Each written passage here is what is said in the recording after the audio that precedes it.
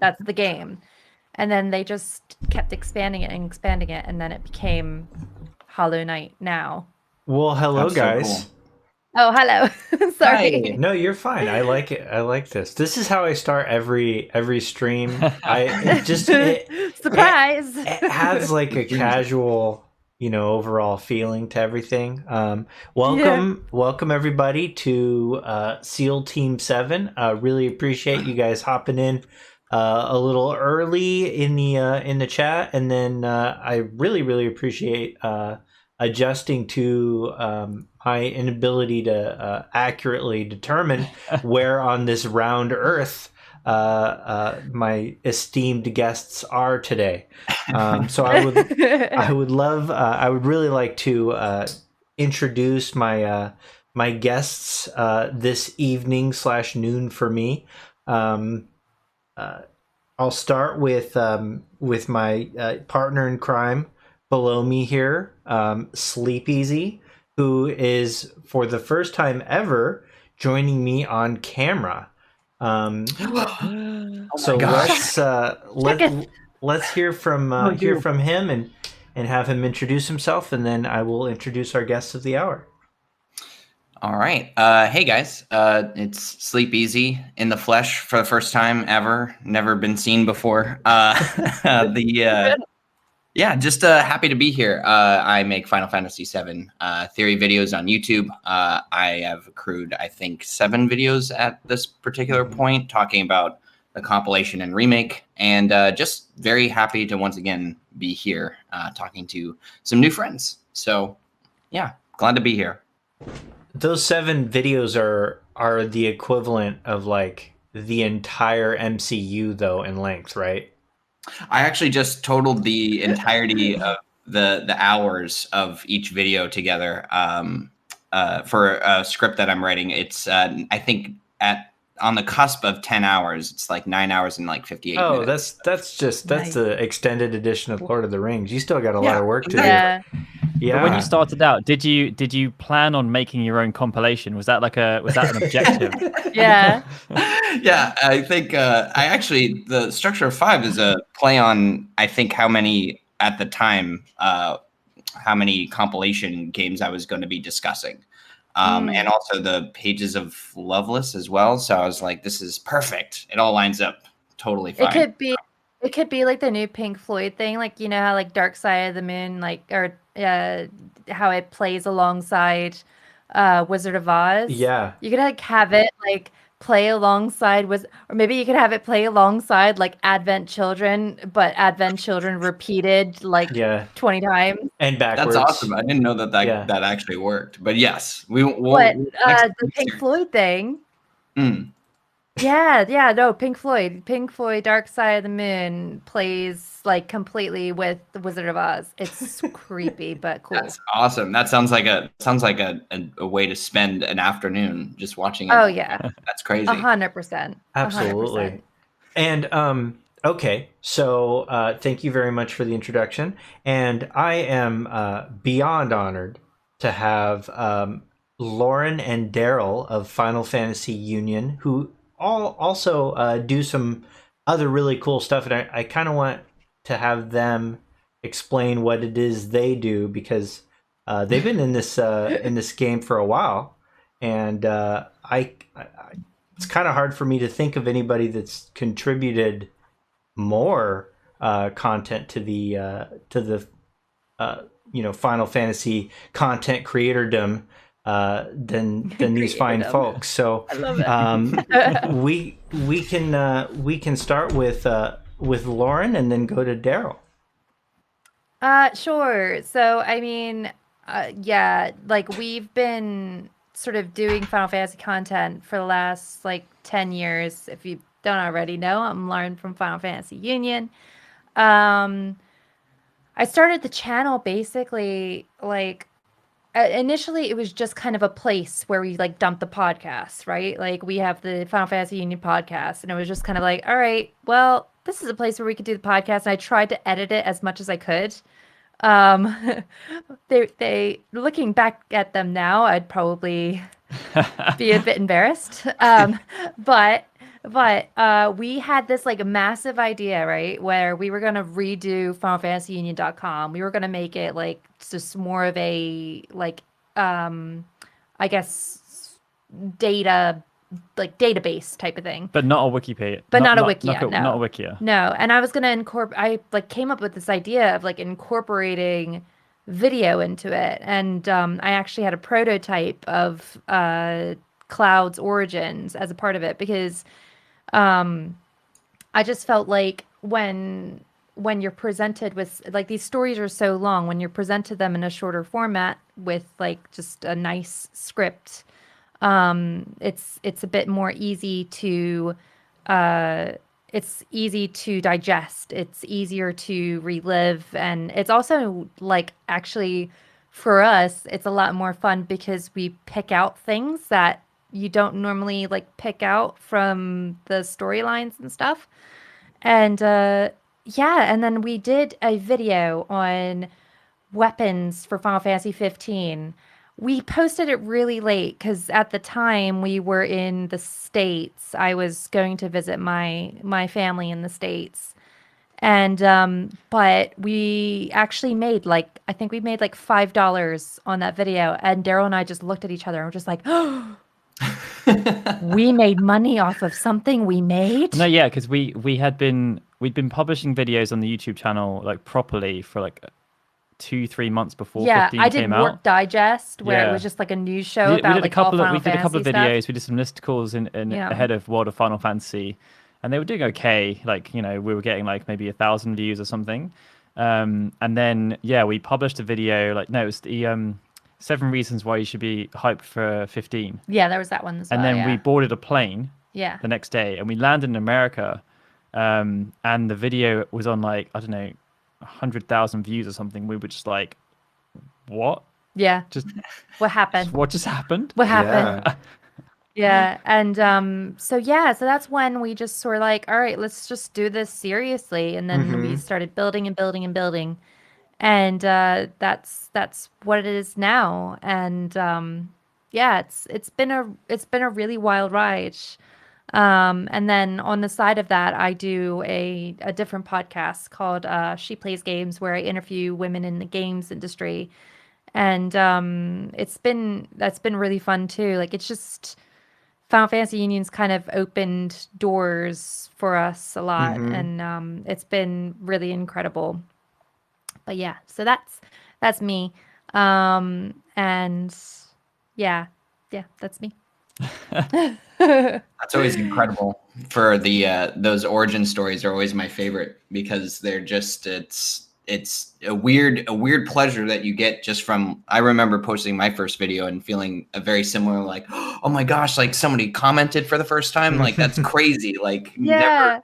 It's like this weird expectation that like you expect to hopefully for people to see it, but then when it actually happens or people start watching it, you're just like, oh my gosh, like how did this happen? How did they find this? How did they find me? Exactly. Take it down. Yeah. Yeah, that's always fun. And you No, completely. you also have been streaming pretty regularly too. Yeah. We try. Yeah, we try. It's very hard with the kids and stuff, but Sure. like Yeah. but we've been like we do sort of our weekend or sorry, Saturday, Tuesday, Thursday, Saturday, we stream, and at the moment we're streaming Nier, which has been really fun. And Nier we Nier is my second Final Fantasy. Like Nier is the only other thing that I know as much lore-wise about as Final Fantasy VII is Nier, and so that's amazing. I love Nier is watching crazy. people. Yeah. The lore of we were doing a video and I was looking some stuff up, and then like when you include Drakengard in it as well, like the Yoko verse is just insane, right? it's the a- Yoko verse. there's Can we like- coin that? It's like 30 or 40 different properties you've never heard of. There's like stage plays, there's Right. books, there's all these different things that like connect all these different parts, and it's like what, like Yeah. Yeah. there's like huge spreadsheets that have been pulled together by people that try to connect them all, and like this game connects to this ending from this day, and then like this. It's basically Charlie Day in freaking is Always Sunny in Yeah. Philadelphia, looking Yeah. at a wall and just freaking out. Yeah, but just as like That is as Yoko Taro. the passive part of Yoko Taro's brain. Yeah, Yeah. absolutely. And then puppets. I'm sorry. Yes. As somebody who's completely unfamiliar, this sounds like I a mean, trip. so Oh. Sleepezi, can you just imagine if, in order to fully understand Final Fantasy VII Remake, you also needed to be aware of several stage plays that had audiences of 20 people? That's Sounds what like a that's what Yoko challenge. Taro is. Like it's like the privilege of unpacking the lore of Nier. It's like this. It puts you in this special category. It makes you feel so elite once you understand it all. And it doesn't even matter what it all means. Like you just feel like you're part of this special group. It's like this game that you play. It would also kind of be like, there's the whole thing with like 7 and 10 are connected, Right? Theoretically. Yeah. If they suddenly decided with the remake, actually no, they are. Yeah. Right, and it's they only did that. Well, they kind Okay, of. all right. So that is definitely going to be our first topic. So Daryl, go ahead and introduce yourself, and then let's just get straight into that because my brain is lighting up. Sure. Yeah. So I've been doing like Final Fantasy content for like, I don't know, since 2002, a very long time ago. In various different guises. Final Fantasy Union was born in 2008, but it was preceded by a site called Square Union. But yeah, FF Union was like just this kind of, I guess, dream I had where I wanted to just cover Final Fantasy news all the time, but also provide this kind of archive. So we had like, it wasn't like a wiki, but we had like full story reviews for characters, and we had glossaries where people could learn about all these different terms and what they meant, because so many people were searching like, what is the black materia? Who knows? Like, people just want answers to these questions, or like, what's geostigma? And so we just like tried to find a place before like wiki existed, really, to have people be able to answer these questions and find out these things. And then I met a guy called Kyle and David, who were running FXN, and we kind of ended up merging the podcast. I guessed on a couple of times we merged the podcast. And that became Final Fantasy Union Podcast. That's been going, I don't know, like 13 years now, which is crazy. Yeah. And we still got people talking about how they go back and listen to like the old episodes, like in the build up to 13, for example, just talking about like what we thought was going to happen with the franchise. Like, and yeah, like, cause like a lot of the old episodes are still live. You can go back and listen to me just rambling about stuff like 10 years ago, about what we thought was going to happen and how crazy things have gone. But yeah, like, so we were just doing stuff for a long time with the site. I was able to get some really cool interviews with developers because of the game journalist side, because we made like a parent company as well. So we got to go to E3, speak to like Kitase a couple of times, speak to Hashimoto. Toriyama, always a favorite. Toriyama, it's so funny. That getting that guy to smile is like a feat. Honestly, we managed to in the build up to 13.2, we managed to blag 2 interviews with Guitars in Toriyama E3 at the same E3. We got to interview them twice. Oh, that's amazing. And in both of the interviews, Toriyama basically didn't answer any question. No. So it got to the point in the second interview where we specifically asked him a question. Yeah. And the answer I got us in so much trouble because the translator got it wrong. Oh no. Yeah. Oh, it was just such a mess. It was so horrible. I did get him to laugh once because I can't remember what happened. I think I understand because I do know like a little bit of Japanese, and I just remember we asked a question and then they just went musukashi, which means difficult. We and always were ask just difficult questions, honestly. We're just like I was in so many, because it's like you generally in these interviews with the consumer press, and so they're asking questions. I remember like my first interview was for the city actually, and I had to share it with someone else, and they were asking questions like, is Cloud gonna be in it? Not even that. It was like, okay, so why should I buy this game on the PSP? Yeah. And I'm going in like, you've used this specific character. Is there any reason why you've chosen this character instead of this character? Like, what mechanics? I was asking them about like piracy for Dissidia and like why they chose this boss character and stuff. And like, they were like, who is this? Why is this guy asking us these Who questions? let him in? Who let him in? Nobody screened Like- this guy. Yeah. But it was mental because like I He came has out like the a interview Final and Fantasy like gear all over him, and he's just like, "Why are you answering me?" but, like they were talking to me about their plans for creating Dissidia 2, like why they like were not releasing like the games on the PSP anymore because they were like piracy concerns. Like came out with all these like crazy things like DLC plans.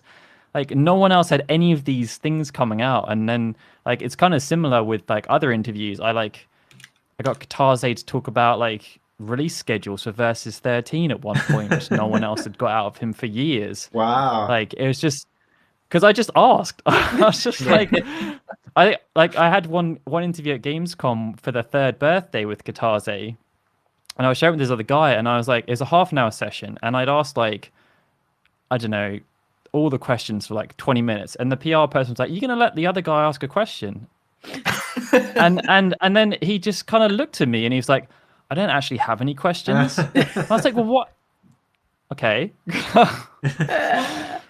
Right, well, I'll just ask him about all these random things then. Yeah, but I mean, like, yeah, like we always get complimented, like, that is something that we hear time and time again from people who are, people who watch our interviews, and then the people who we interview with as well. Like, I like to surprise them. yeah, I think, you got from Yoshi P. Yeah, like that was- we I nearly think this is got my him to favorite. say about Final Fantasy 16. Like, honestly, like way back. So I interviewed When was that? Yoshida Like, like 2 years ago? No, it's 4 years ago, and almost 4 4 years years ago ago? now. And like, I'm not a big 14 player, so I didn't go in and be like, "What's the next job class going to Yeah. be?" Which the person I was sharing Right. the interview Not did because we still hate ask. 14, but just because Yeah, we we have don't have- we don't have babies time. and We it's played it a hard. bit. Yeah. So I was We're gonna asking pick it like up again. questions about like the mathematics about how they balance like their extreme rates. How do they make sure it's actually feasible to win? And he was talking about all these algorithms they use and all this different stuff. And I asked him about Final Fantasy 11 mobile because I was like, "It's in your business division, isn't it?" And he was like, "How do you?" There was this moment where like the translator kind of looked to me and he looked at the translator, and there's like a producer, and then they're all just kind of like, "How does he?" We've got to answer this now, haven't we? So I got like the first update about Final Fantasy 11 mobile for years, and he was like, "Yeah, it's ticking along. There's stuff going. Oof. It's happening." Oof. But we just let him know Oof. because we had just done a survey, our big survey, was asking the our first- community. Yeah, that was the first survey, the Final Fantasy 15 one. 15 We survey. were just like, who would you want? We asked everybody like, who would you want to direct the next Final Fantasy, the next mainline Final Fantasy game? And it was pretty much unanimous. Everybody said Yoshida. Well, actually, no, Nomura won, I Oh, think. God, don't have to say that. we said that he was one of the favorites. He was one of the favorites. He actually won. No, Yeah. but no. But like, yeah, but he was just kind of like, I think you asked him like what he would want it to be, and he said Yeah, that like, he if would want you- it to be like the sort of classic. I asked him, would he like? I said I think it's like, Like the high fans fantasy. like really want you to do it. Would you be interested in doing an offline Final Fantasy? And he Hi, was like, Tyrone. So many he was people. just like, well, I'm really invested in 14, but if the company asked me to do it, then I would. If the company asked me, And if I was going to do one, if I was going to do one, I don't have any specific plans, but if I was going to do one, I would make a Final Fantasy that was about high fantasy.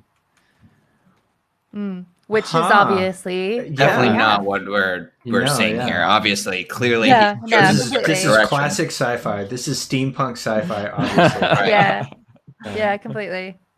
Yeah, so that's a yeah. roundabout. And with the channel, I segued massively. With the channel, yeah, like we kind of actually it's quite, well, not funny, but it's kind of funny how it turned out. But we've been umming and ahhing about doing a YouTube channel for years. We, as Lauren said, we were uploading the I mean, podcast to it, and I'm so glad that my old YouTube channel is not up anymore, like the one I did in high school, because it was like such emo crap that I'm just like, you know, it's like that thing where it's just like it's AMVs to sad emo music. we have done. There are AMVs still live on our channel, though, I think. Oh God. That's amazing, though. But yeah, we were actually really inspired by Jake, the Final Fantasy peasant, because we saw like the passion he was having with his like the YouTube channel. He'd like just set it up like 3 or 6 months before, and we saw the passion he had for it and how excited he was getting about the YouTube and 7 Remake coming up, and we were just like we should do it too, because like, you know, we're not that he's more excited or less, we're more excited or anything, but like we just had different things we wanted to say about stuff, and we were just like, you know, Jake is doing it, so like, why aren't we doing it? You know, like it just kind of like he kind of like pushed it. I don't think he knew it, but he really pushed us to do it ourselves. Yeah, and it was actually quite uncomfortable, because like the first year we were kind of like going up together, and it doesn't happen anymore. But there were so many people that tried to like pit us against each other and be like, oh, we like one channel, or like, oh, we're like pro peasant, or we're FF Union, and we were just like, but we're friends. Like we like each other. We've seen a lot of that kind of weird factionalization here. That's super weird. The story is almost entirely similar for me too, where I started the same way. I was inspired by Maximilian Dude specifically, because there was just so much that he was like, because I was just playing the game more or less like casually. Like I hadn't really like dived into lore or anything like that up until just watching him. And it's like, oh yeah, that is an Advent Children reference. And it was like, oh, but like if that's like the surface level like observation, there's got to be like more to this. So just like diving headfirst into that stuff, just based off of somebody's observation or just something that you might disagree with or like want to speak about or elaborate on more, was like the entire point of like me creating what I created too. And also the same thing to like other content creators. Like as soon as I started making videos, there's a lot of like, this person and this person are saying this thing, and it's just like, or them going on to other people's channel and being like, Sleepezi saying this too, and it's just like, that's whoa. Like I haven't even had a conversation with most of those people until I actually until Baby Seal actually started curating these just to get to know people better. But up until that point, like people would like make these weird observations about like other content creators to me, or vice versa. And it's like, no, we're all just fans, and we're all kind of inspired by one another to do what we're doing. And I think the nice thing as well is that we've all kind of found our different niche. Like we've kind of like, you know, the content we're creating now is so different from the content we used to create. And like we used to be like really heavy on the news. Like it's hard to even fathom how it worked, but like, you know, we started the YouTube channel. We had a 9-month-old baby, and we I don't know, like I would get home from work and we'd have like our dinner and everything, and like I'd churn out a script in like an hour, and then Lauren would edit it in an hour. And then we would get it out. Like we were getting out a video every day, but these were like, you know, 4 or 5 minute videos. They weren't huge, but we just had it like down, just churn, get it down, get it down. Yeah. And like, you know, some of those videos did really, really well. I mean, like we put out a video about actually, it was really funny, but not funny. It got really misinterpreted. We'd said that like Tabata 15 is going to have like multiple endings or something. And got like 200,000 views or something. Everyone's going crazy, and like, you know, you didn't say it or whatever and all that stuff. So we did like a secondary follow-up video to say like, well, you know, whatever. They end up having multiple endings anyway, because all the DLC adds all these different branching paths and stuff. So actually it did turn out to be completely true. But like, yeah, like some of the videos would do really well, some wouldn't do so well.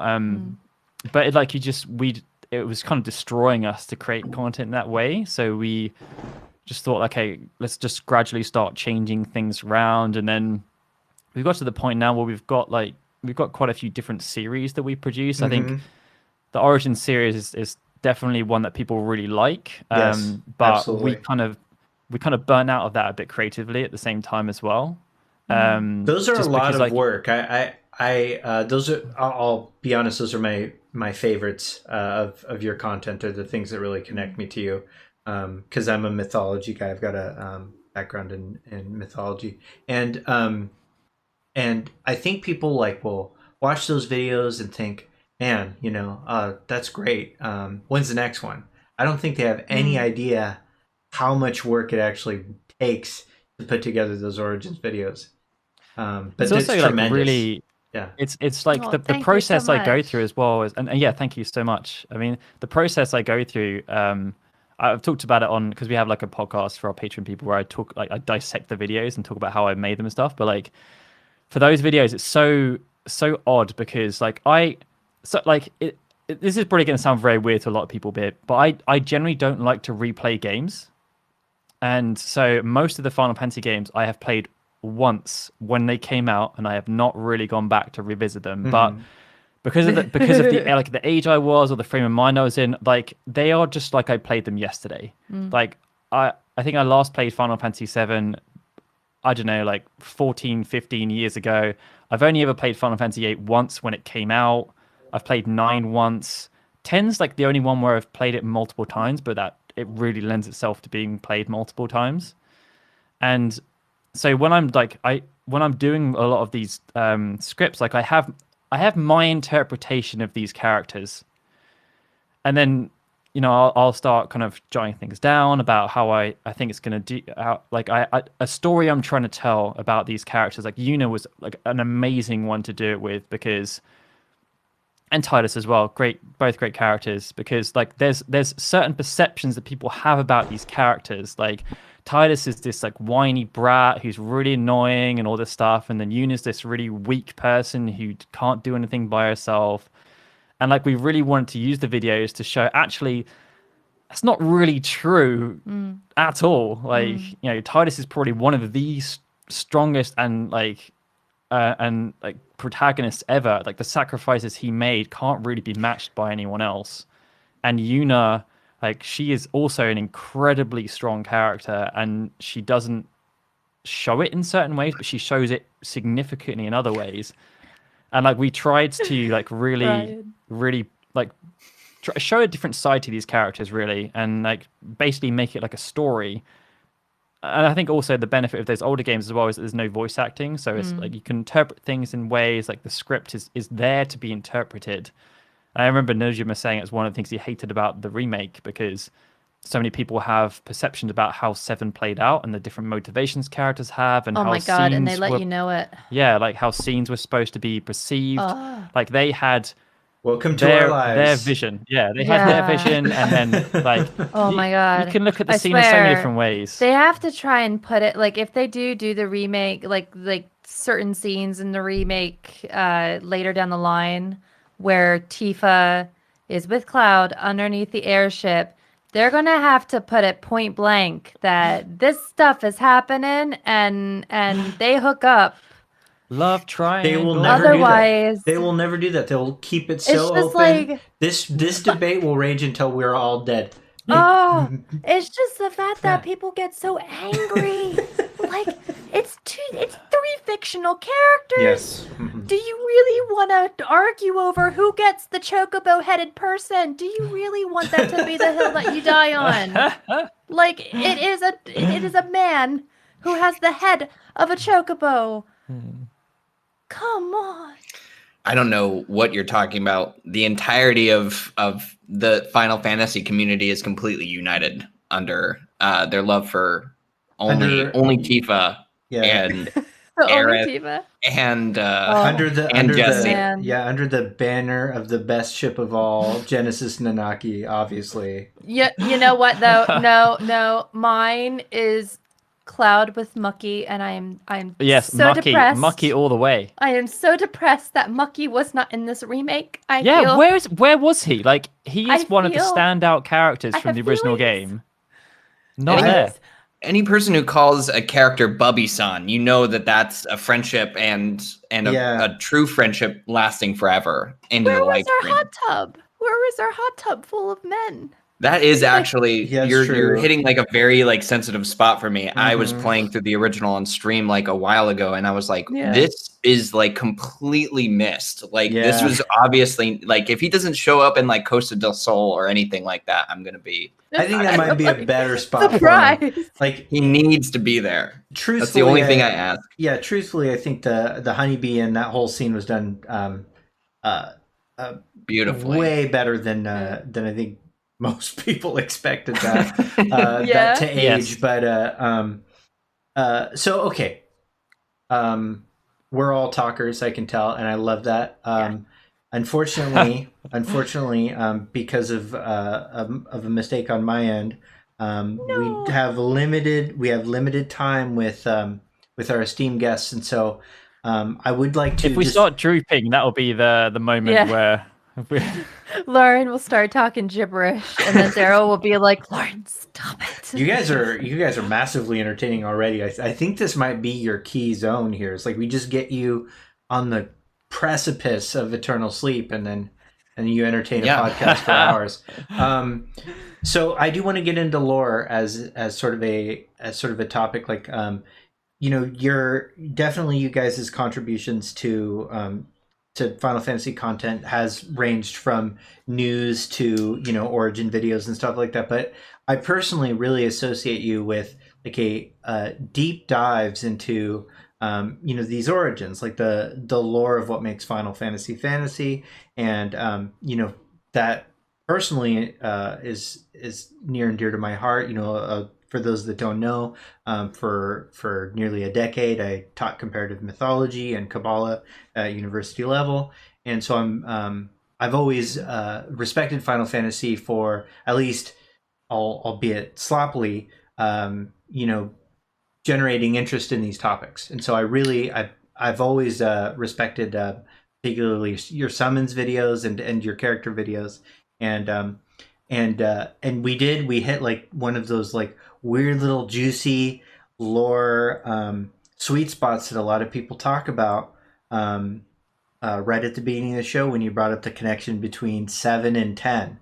And most of the guests I've had on here haven't known anything about 10. They've just been 7 people, and so I'm really excited to talk to you guys about that.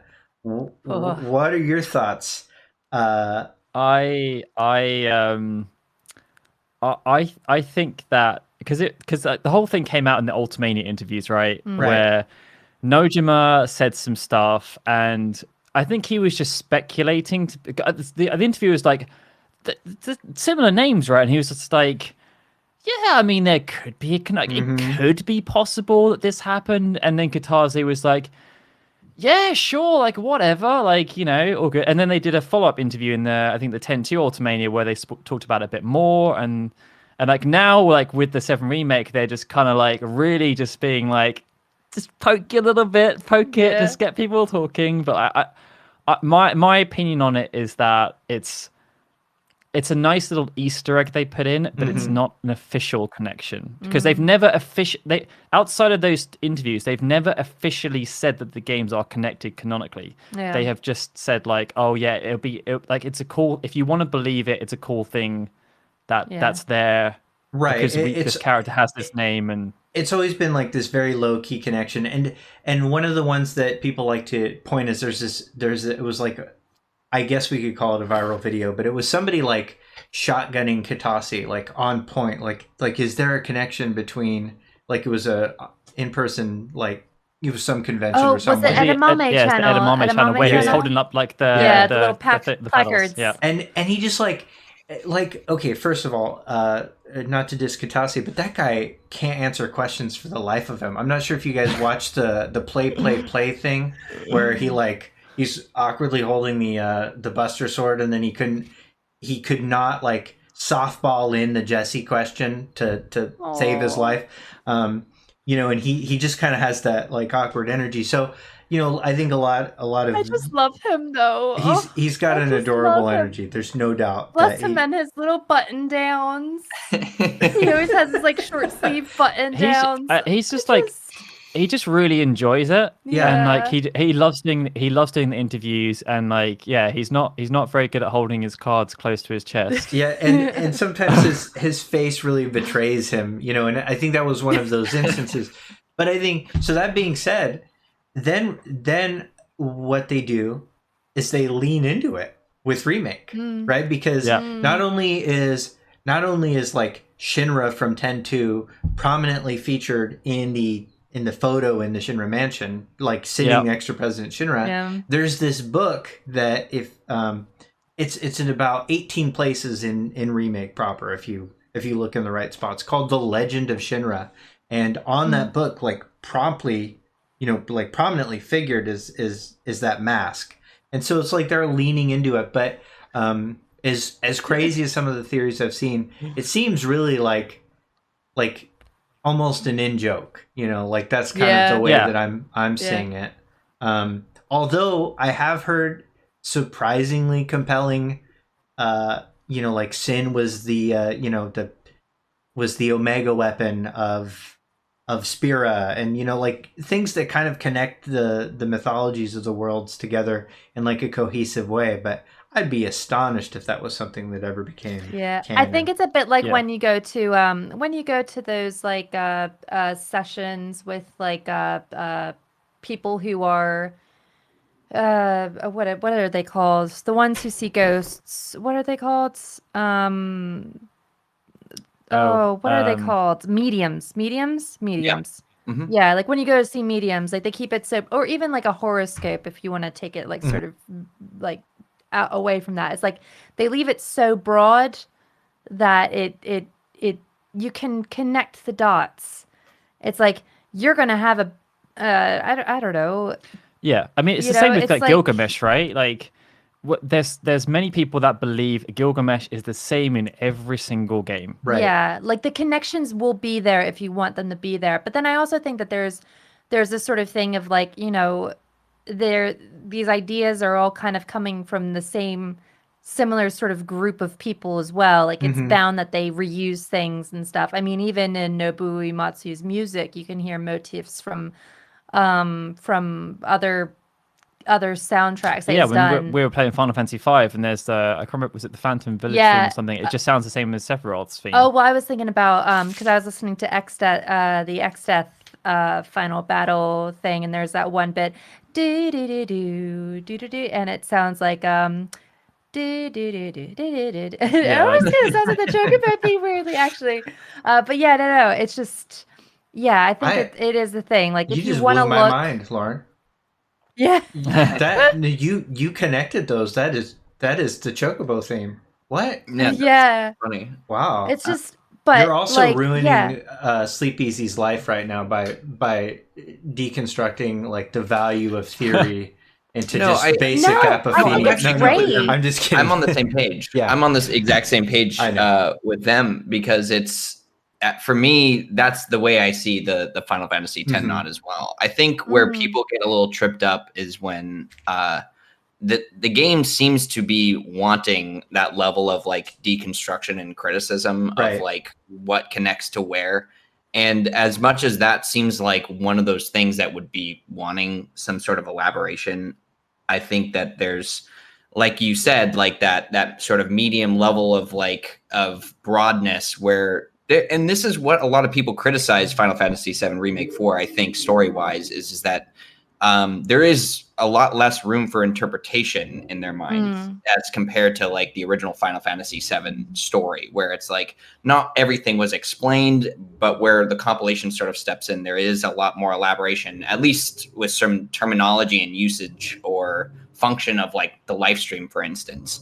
That definitely comes into play with the compilation and seems to be, not confirmed, but like seems to be something applied to Remake, or at least some thought was put into it. But I think that in any story, you need that room between what is the true hard fact of the matter and the ability to give your audience the ability to interpret something for themselves, and just that. And I just have that creative process coming from the person consuming the product. to the game, and then that develops like a personal relationship to it. Like I could say the same thing for most of my theory crafting videos if at the end of the day, like everything that I said is wrong. Like a lot of what that relationship is to the story now is just how I see the thematic elements, the structure of the story, sort of. So yeah. And the mythology of the game allows for that kind of thing. Like when we had Jake on, he said, a lot of my stuff ended up being wrong, but some of it wasn't. Some of it wasn't, and it's like a really, some of it would have been cooler if it was real. Yeah, some of it ended up exceeding the final vision, and but it ended up being like this. It ended up being one of the strengths of like a lore rich game is the ability to like explore your own fantasy within it, and maybe make predictions that may or may not happen. And I think that's one of the nice things about the older games too, because you'd have these characters that they're not overly fleshed out. Like like Final Fantasy VII, weirdly enough, is probably one of the games that I actually struggle the most with the lore, and 13 as well. Oddly enough, yeah, because like especially in like 13 as well as another one where like Lightning is the main character, right? But as the story progresses, it becomes a party of 6, and there isn't really a leader. Like she's there in a lot of scenes, and she's just saying, "Sure, let's do this." Right. Okay, great. Well, that doesn't actually add anything to your character, Lightning. Like, and Final Fantasy VII is very similar, because one of the clear things I wanted to do with the Origins videos, I didn't want it to be this character did this, they went there, they beat this boss, they did that. Like, it's not an itinerary. It's like I only talk about things that actually developed their character in some way. And you'll notice, like with the 7 videos, like there comes a point where the character development pretty much just stops, and it's like, okay, and now they've gone to try and beat Sephiroth. Like nothing, like there's just these points where there's things to stop, and like there'll be moments where each of the characters, like Red 13, basically after Cosmo Canyon, doesn't contribute anything really, but you can, like in your mind, you can he's there, right? And you can. With how things were back then, you can make Red 13 into the character you want. Like they're all there, they're all doing things, and they can have as big or a smaller role as you want them to. And I think that was the nice thing about those old games, where you could make these. Like I really enjoyed Yuffie as a character for no real reason. I just really like, but her story's quite bare bones, really, and it's actually only got fleshed out because of the compilation, because she wasn't even really supposed to be in the game. Right. Like so, but I still really liked her as a character. I enjoyed playing as her. I liked like the idea of who Yuffie was, because I could craft that in my mind. I didn't need them to tell me who she is as a character. I could figure it out for myself based on how she acts, the small interactions that she has with the party. And I do feel as though that is something that has kind of got lost. Like 15 really struggled with that. I feel like they tried to just ram so much stuff down your throat. Like, here's all these pre-novels and animes and all this stuff, and here's how you should think about these characters and how they react and all these different things. It's like, but I don't necessarily need that. It's why every game should just play like Nier. Keep you in the dark in the first playthrough. You get the ending, and then you replay the second half of the game, and then your mind is blown, and you're just like, what the hell? I actually think that's a strength of Remake, to be honest, is that is that the game incentivizes replay by dropping like a sort of insane burst of lore at the end that was really weird, and then the replay hard mode ended up being so much more rewarding. Like it made the actual battle system considerably more enjoyable. Like I would give the action RPG elements of normal mode like an 8 out of 10, and I would give hard mode a 10 out of 10. Easy. That was definitely one of the, when we did our survey, that was one of the clear trends, that anyone who played the game on hard or a second time in general, or played like a different difficulty, like went from easy to normal to hard or whatever, they enjoyed the game so much more. That is amazing. It was night and day, and like and the characters as well. Like Tifa basically became like the favorite character on second playthrough for everyone, because her mechanics are the most mechanics intricate. Were beastly. And like Cloud was like the go-to, like everyone liked Cloud, like he's the default character, and like I feel as though they did such a good job of making him playable. Like it's just enjoyable to play. Like in my first playthrough, I didn't play as Barrett really. use Aerith at all. I didn't really understand Tifa that much. I just played as Cloud, and I had fun with Cloud. And I got criticized in my review because I said that Aerith was the least enjoyable character to play as, but it's like they never really encouraged you to play as Aerith at any point. Like, at least with Tifa and Barrett, there were segments where you were forced to play as those characters because you had to solo. Like, so there was like a little degree of time where you were like, okay, I need to kind of understand how these characters work. Right. It didn't happen with Aerith at all. Yeah. And then it was only when I was doing like the combat simulator with Aerith, and I was like, how does this work? Like, yeah. And then I started to figure out her mechanics. And I was like, actually, it's different, but it's actually still kind of fun to play as her. And I think in general, like, anyone who didn't give the game play through the game a second time really missed out on the gameplay, like really understanding the mechanics. Because you play the game completely differently a second time around. Like, Cloud's countering move, I didn't use it at all in my first playthrough, and second playthrough, I'm like, why did I not use this? This is amazing. Like, saves you. Absolutely. And I'm not criticizing anybody that feels like, because some people are like, well, I should be able to get the full experience playing it at once. I understand that point of view. I'm not criticizing it. But I think that part of the genius of the setup is that not only are we now entering this really unknown journey of Final Fantasy VII, like it's a version of Final Fantasy VII we don't fully have all the answers for anymore. And so that alone incentivized replay, and then for them to recognize our, like, at least some fans need to like understand what they just saw by replaying the game, and then making that experience rewarding with the combat system was, I think, a genius move. Definitely. Yeah. I do have a quick question, because I think you made a really good point for the argument of where certain storylines in Final Fantasy VII sort of have not necessarily like a plateau of anything, but there's a lot that just becomes left up to the imagination. With like Yuffie in the original not having been like a character that they developed, they kind of just like had her in there like very last minute, and all kind of seemed very impromptu. But with remake and the obvious expansion that's going on with the integrate stuff, is there a part of your brain, like with the way that you liked that character before, where you're kind of like, do I like the massive elaboration that they're giving this character? I mean, like, so my interpretation of what happened with the original game is that they had everything down, they just couldn't put it in the game. So like, they wrote Yuffie, they then were like, we're going to cut Yuffie, and then they were like, okay, now we're going to get her back in, but now we've got to rewrite that stuff. And so they had to, so what they're putting in Intergrade, based on how Nojima and Nomura work, I have a feeling that they're just telling the story they didn't get to tell the first time. I don't feel as though they're necessarily making anything up as such. They probably didn't envision Sonnen or anything like that.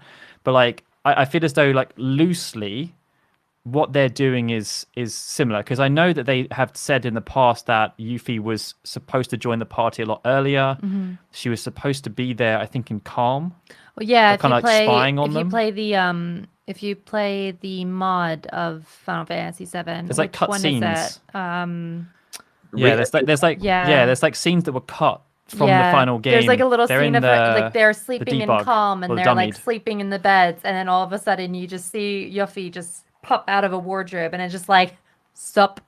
And it's like those kind of things that are just cute. But like, I mean, for me, like, I think she just looks adorable. I mean, so when I first played Final Fantasy VII, I didn't like Yuffie. I really didn't like, and that, I know that's like really sacrilege, but like I just wasn't a fan of really bubbly characters. Like I didn't like Yuffie. I didn't like Riku. I didn't like Aiko. Like that trope, I just didn't get on with. I was just kind of like, which they've kind of killed, right? That trope is gone. Yeah, like Iris was kind of it, but never like wasn't realized. Yeah, but they had like Realm. She could also see the future, so it kind of took some. Selfie was like the same. Then they had Aiko, and then they had Riku. They listened to me, and they shouldn't, obviously.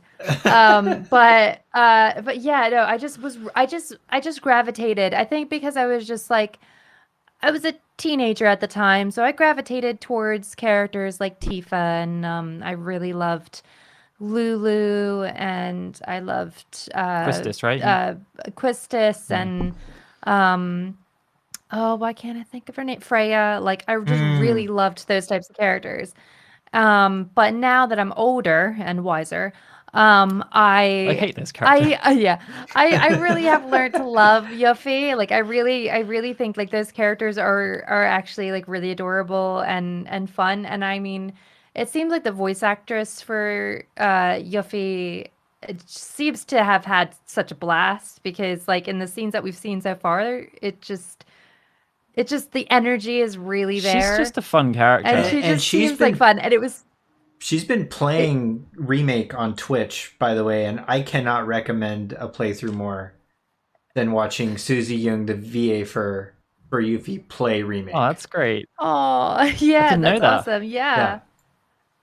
I think when we did, because we did Yuffie's Origins, I posted that video. I posted that video. Thank you very much. It's so great. Fantastic. Oh, thank you so much. I think because a lot of people see her as 30% of the reason why I asked you to be on. Because like people see her as this bubbly, annoying character, but like she has a lot of baggage. Like she's had a really like hard, like the relationship she has with Godo is, and like I think with Intergrade or Intermission as they're calling the specific thing, and like how it goes forward, it's probably one of the things I'm most interested in because like. Because of all the stuff I've done with all the 7 Origins videos, I'm quite clued up with Before Crisis and Crisis Core, and a lot of people aren't with those. So they're not like a lot of people don't know anything about Before Crisis, and they generally when we get the videos like, where's all this stuff from? Where's that footage from? And it's like it's the game Japan, whatever. These ancient relics of games. But like I'm really curious about how they're diverging. This is going to be a slight segue here, but I'm really curious about how they're diverging things here because obviously in the original timeline of the game, Avalanche was done, right? When seven had started, Avalanche was done. Barrow had made his own thing that wasn't really Avalanche. He just kind of called it that for whatever reason. Avalanche Light. But original Avalanche had been defeated. They were gone. Like Fajito was gone, Shears was gone, Elfay was gone. Like their entire leadership was gone. There was nothing there. The Turks all disbanded. Jade Weapon. I don't even know if that's going to be in 7 Remake somehow because it's like blew a hole in Midgar just before 7 starts apparently. But it's I don't know. They fixed it maybe in time for the remake. But like. With the remake, they alluded to it in the actual game itself that Wutai Avalanche is still around, right? That branch is still going, and now with Intermission, it's not that they're just still around. It's that Wutai are like sending operatives out on missions, which didn't ever happen in the original one. Yuffie was like acting in spite of her father, not like on his orders. And like Wutai have got like splinter cells in Midgar, and like making it seem like Wutai is still like going to be a fully functioning Avalanche like base. Like I'm just like that's probably the one thing I'm most curious about with the remake right now. What the hell they're going to do with these 2 Avalanches they're creating, and like how big are they going to build this other Avalanche out, and like. All the Turks that disbanded at the end of Before Crisis, are they just suddenly going to resurface from somewhere? And like you're just going to meet them around? Like, well, that's exactly like what my hope is having the ability to just be around a town. And this is that interpretive storytelling that we were just talking about, where I don't necessarily need them to be like, hey, I'm a Turk, like go do some missions for me. I just want to see one of them in the background being like, talking someone to someone who happens to have a weapon that maybe one of them had in that previous game. Yeah, I was gonna say YOLO Alchemist. Like I just want Cisne somewhere. Cisne is like 100% going to be in the remake. I it just agree with that. Yeah. Like there's no way. Like if Zach is in there, Cisne is in there for sure. Yeah. Like if Leslie is in there, Cisne is in exactly. there. Like Yeah, I just love her. I love Sisney. me I too. love her and her little wavy hair. Me too. I think we'll That's what see. it makes I me. think we might see other player Turks too Mm. from Before Yeah. Crisis. Because Velda's still alive at the end of Before Crisis, isn't Veld he? or Verdeaux. Same with Elf Yeah. as well, Yeah. according to just Veld being alive. So, and he's in And Advent Children and everything like that. So there's a lot of like hints to, and they're that's all technically gathering information still for the Turks in some shape or form around the world. So From a and that's lore also just perspective, reminded me yeah. of something that I'm also really curious about with the next part of the remake, which we covered in our recent 7 Facts video that like kind of blew a lot of people's minds, that Calm is basically the original, well, not the original, but it was very similar to Nibelheim. Nibelheim, yeah. And like, you know, Calm is a completely fake town. And like, So weird. and like if you, because most people go to Calm, they talk to nobody. They go Yeah. in, they go out. Yeah, But if and you're it talking, was so hard to find footage. Like I legitimately was like, I need to just play this game and talk to the people in Calm because nobody talks to the people in Calm. They just go in and go out. Oh, yeah. but yeah, like we talked is about our how life. like Calm was like bombed, city was leveled by accident. Yeah. And like yeah, Shimmer just replaced everyone there. And like when you talk to everyone in Calm, they're all just like pro Shimmer. Shimmer's the best. Shimmer's so great, fantastic. We love Mako. And like when in the remake, they're probably going to do the same thing again, but it's whether or not they delve into the reason why is going to be really curious to me, or whether they just kind of leave it as like they did in the original, where all these characters are really positive.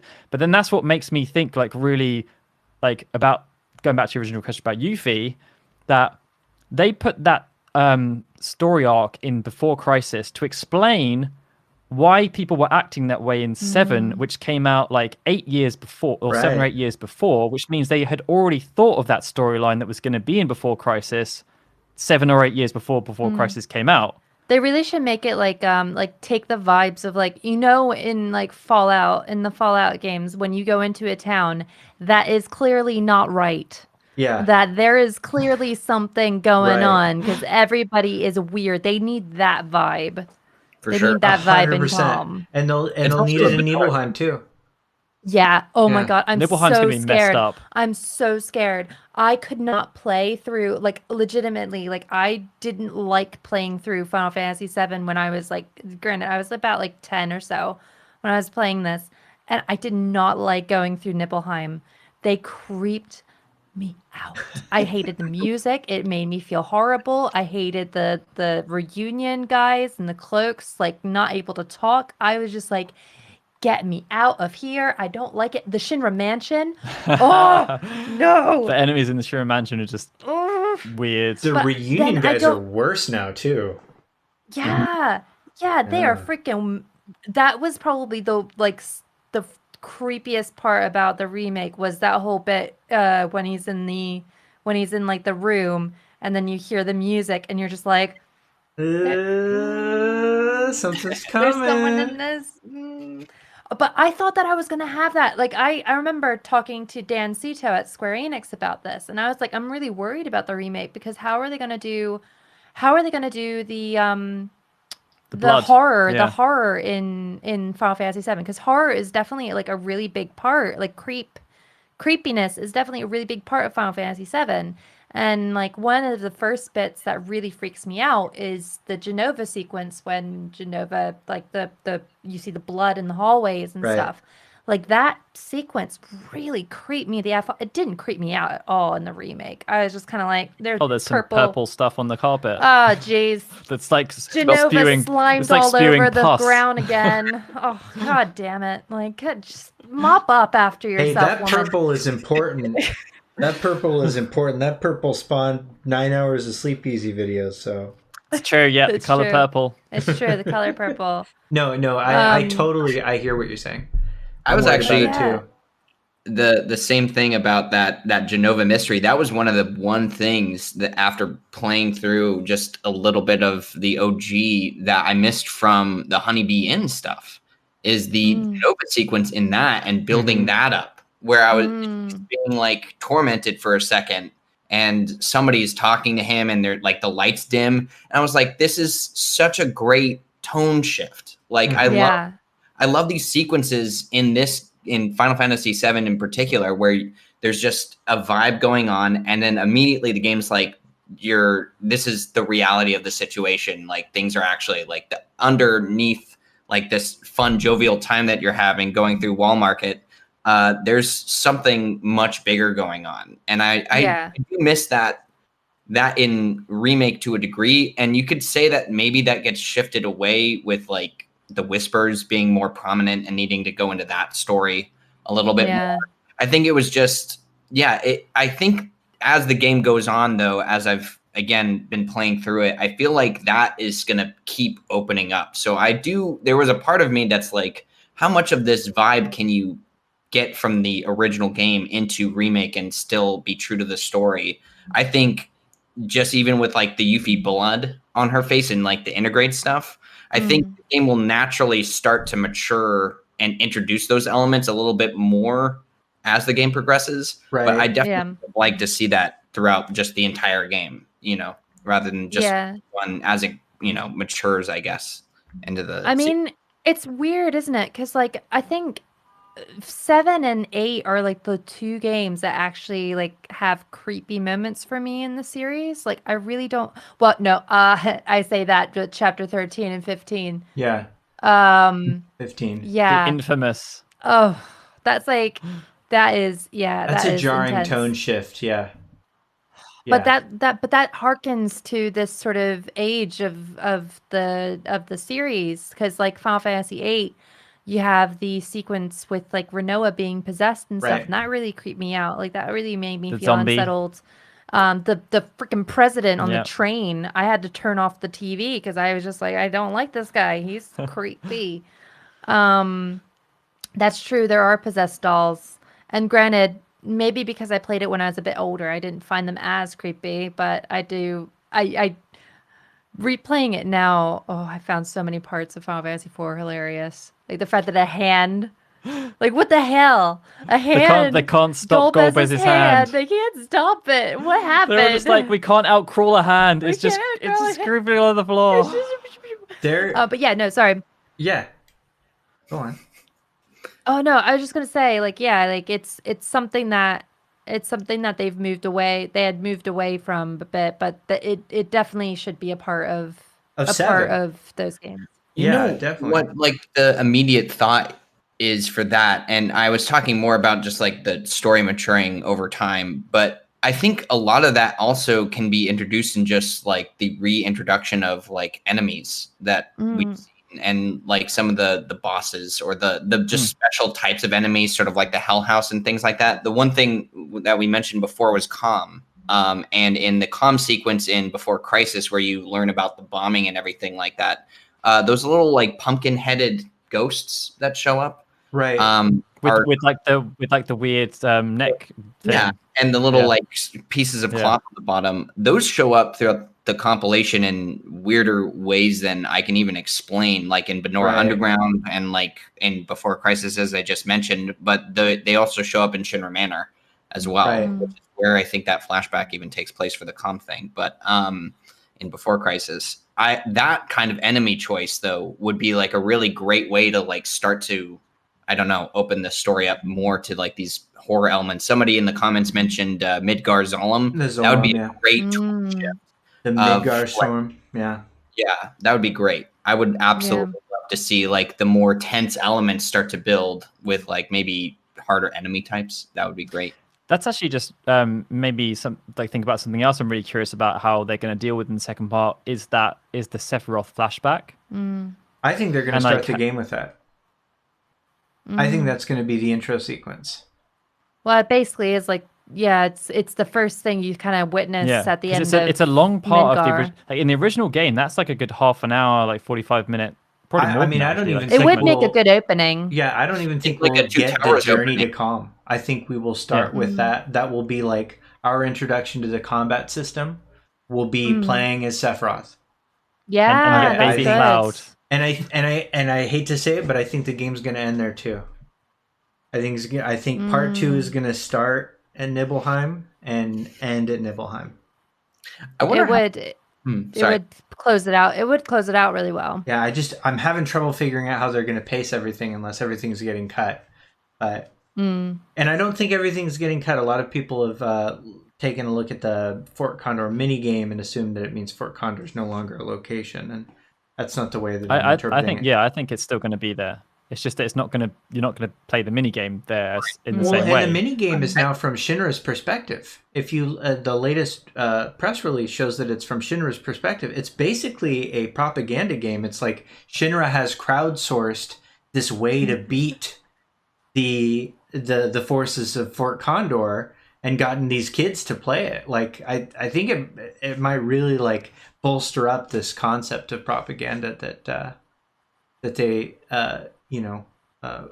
I think wanted to introduce to a much bigger degree in the original, and you cover that in the Yuffie video. Yeah, in the Yuffie video. Yeah, how they did a lot of PR around building up their image, making everyone else seem like the bad guy, and I mean they introduced parts of that in the remake where there's like the Shimmer News Network, and like a lot of the people don't have any other source of information, and they do think that Wutai are evil, even though Wutai didn't do anything wrong other than say, no, we don't want you to build that power plant here, thanks. Thank you, please go away. Yeah. The same conversation comes up in Crisis Core, like right at the beginning with Zack and the Crescent unit, I think. Right. The like leader, and they're like, why are you like working for these guys? And he's like, you're the bad guys. And he's like, no, you're doing like some pretty heinous stuff right now. Yeah, and you're it's like in my land. What? Yeah, you're trespassing. Like you're invading us right now. And he's like, am I? I'm not too clear on the story, I guess.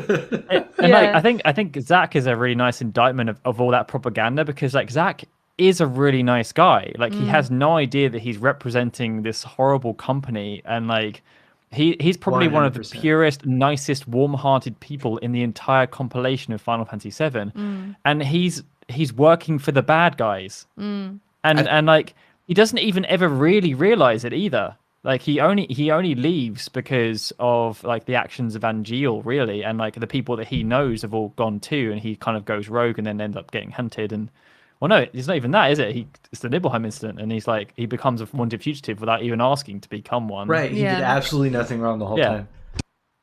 He definitely, it's a weird thing to bring up when talking about Crisis Core, but there's a lot of that like duty and honor talk about like being very a part of like what Zack as a character identifies with, and it's very much in line with like that sort of Shinra propaganda. It's like, be the best soldier you can possibly be. And then it's like, okay, well, maybe being the best soldier isn't being like the best guy. And maybe like that might be reflected a little bit more in like Genesis and Angeal's and like Sephiroth's journey a little bit too, because they all defect essentially. Yeah.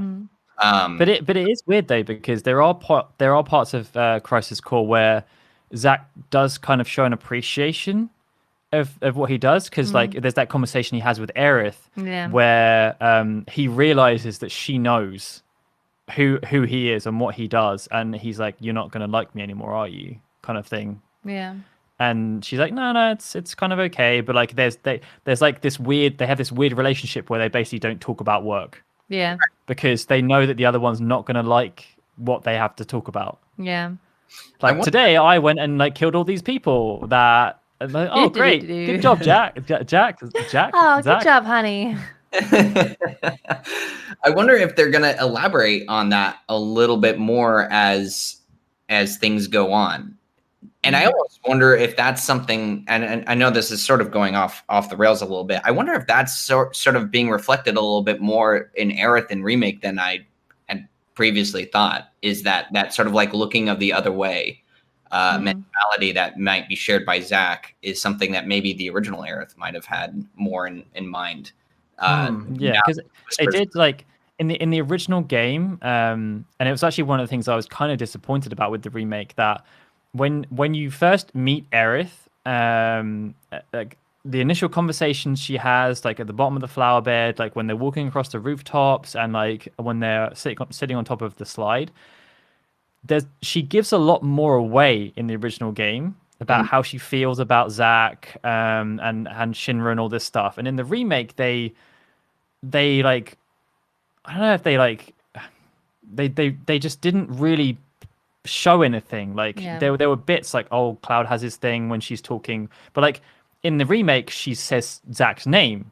It's just that Cloud kind of blanks it out. Like in the original game, she doesn't do that. She's a lot more cryptic about what she's trying to do. She's trying to get information out of Cloud to figure out like how much does he know about this stuff. Whereas in the remake, she's not being that same detective. Yeah. But I She's feel like, as though I already again, got what I need. but if go down the theory that it's like Aerith has all these different things and she doesn't want to push Cloud, and like because she's not the same Aerith anymore, and like that's when you start going down the rabbit hole, right? But yeah, I think you might even be able to interpret that as I already know where Zack is, and I've gotten my fill of him in the live stream, and now and I just want to be with Cloud and hang out and see what I can. I wonder how. I had enough of Zack and his hero crap. Like honestly, he's just too nice a guy. Like, just like so nice, so dreamy, so boring. I would love some more maybe flashbacks of, because we did get a lot of like the flashes of like the use of the holy like the holy materia and all this other stuff. Am I saying that right? I'm blanking. Holy materia or white materia? Same thing. Yeah, essentially, right? I wonder if we're going to get more Crisis Core Zack and Aerith scenes at any point, just in flashback only sort of presentation. I wonder how much more there. There's definitely going to be some real interesting spots to go with the additional context of Crisis Core, and Gongaga obviously going to be a huge one. That was super subtle in the original game. Yeah, and once, but it did carry over, like you kind of mentioned with before Crisis and Calm being this rebuilt town being like a message that carried through, like it was almost built into the design of the city of Calm. I think if you go through Gongaga, and you choose your party members with the appropriate context in mind, it tracks to how you experience Gongaga in the compilation. And I think that's they really do try. And I think one of the things that everybody's really worried about at this point is how much this is all going to diverge, like what is diverging and what's not. But I tell you what, like in terms of picking a character for a DLC, I can't think of a better choice right now than Yuffie, because like we're trying to stay in Midgar, because the entire game is built in Midgar. Like they don't have to build another scenario. Assets. Yep. They can reuse assets. It's the only character party member that we can't actually rule out of being in Midgar during that period in OG. We have no idea why she's even on that continent, like because you can't get her as early as the forest on that continent. It was so. I guess the point I'm making is that they are making conscious decisions to keep everything as connected as possible. At least in my mind. And I think, like going back to something I said earlier, it's that it feels like they're telling the story they wanted to tell originally, right? But couldn't to because of all the constraints they had and restrictions, and like even with the remake, they're talking about stuff they had to cut. Like Ramu was supposed to be in the original game, but they decided not to, and all this stuff. And like I'm sure in 10 years' time we'll learn about all the stuff they still wanted to put in this that they couldn't put in there. Exactly. But like and we get the true remake of true remake of remake. Exactly. But like I know that because even though Zack was like the super last minute addition to the original game, that Nojima and Nomura like wrote out a full like backstory scenario for him. None of it got used in the game. But then when the option came up to use Zack in Crisis Core, they were like, well, we've already got on the material written. And I'm sure that they were only able to use some of the material in that game too, because of like the way they wanted to tell it. Because it wasn't like, there has to have been like compromises they made. And like maybe with the remake, they're going to be able to, like, Zack is going to be featured more in the second part because he's like the most beloved character in Japan. Like they just they Makes have sense. to leverage that. What makes you say that? That he's going to be in future parts? He's dead, obviously. He dies right after 100%. that scene where he for sure lives. Yeah, I know Don't that. know Yeah. That tip is that off. Yeah. that is Um, an annoying fan. Fan, I think everybody is probably the most concerned about that scene more than anything else. Like at least in my perception of what people are reacting to, Zach being alive is like the most problematic thing. I think for most people. But that's based But- on what people think is going to happen, right? But it also started with the sequence right. right before with the boss fights where they were just like they showed the clip of Red 13 running with his Yeah, all children. the Advent Children clips And I was just stuff kind of like like they say that is what happens if you fail. And I was just kind of like, wait. That's what actually happened in the original game. and why does Aerith know all these things already? And why is that wrong? Why I didn't fail that game. I won that game. That's yeah. Final Fantasy I VII beat original the compilation is the Emerald bad weapon. ending. It's the bad ending. It's like I beat that game. Yeah. That was the first thing that like set me off. That I was just kind of like, no, like that's what I know and love. Oh, what? No. Oh, okay. You're changing everything. And now here comes Nero and Vice, the original characters that we really wanted to be in Midgar at this particular. Yeah. I'm I so definitely- sold on Nero and Vice now. I don't like. I'm gonna be I really want to learn because I loved. I was not the biggest fan of Dirge of Cerberus's combat, and Sure. as much as I But the lore. yeah, as much as I applaud Kataze for experimenting, I don't know how he ever thought that they were legitimately going to make I mean, they thought they wanted to make a first-person shooter and ended up making a third-person shooter. I don't know if that was by accident or like It was in all the originally build-up, going he to was like, involve Irvine, right? Irvine from Final yeah, Fantasy VIII. or Barrett or Yeah, Yuna. yeah. Like they couldn't really decide. But yeah, like he made it because they were supposed to be first person shooter like Call of Duty and stuff, but they made a third person shooter. But anyway, Could you imagine Irvine as a lead character for a third person shooter? I That can't would just be imagine him like carrying any story. he Honestly. can't even shoot a sorceress. Like how is he expected that to was shoot a, anything? hey, hang on a minute. Let's I just know, put that into context there. He knew the truth.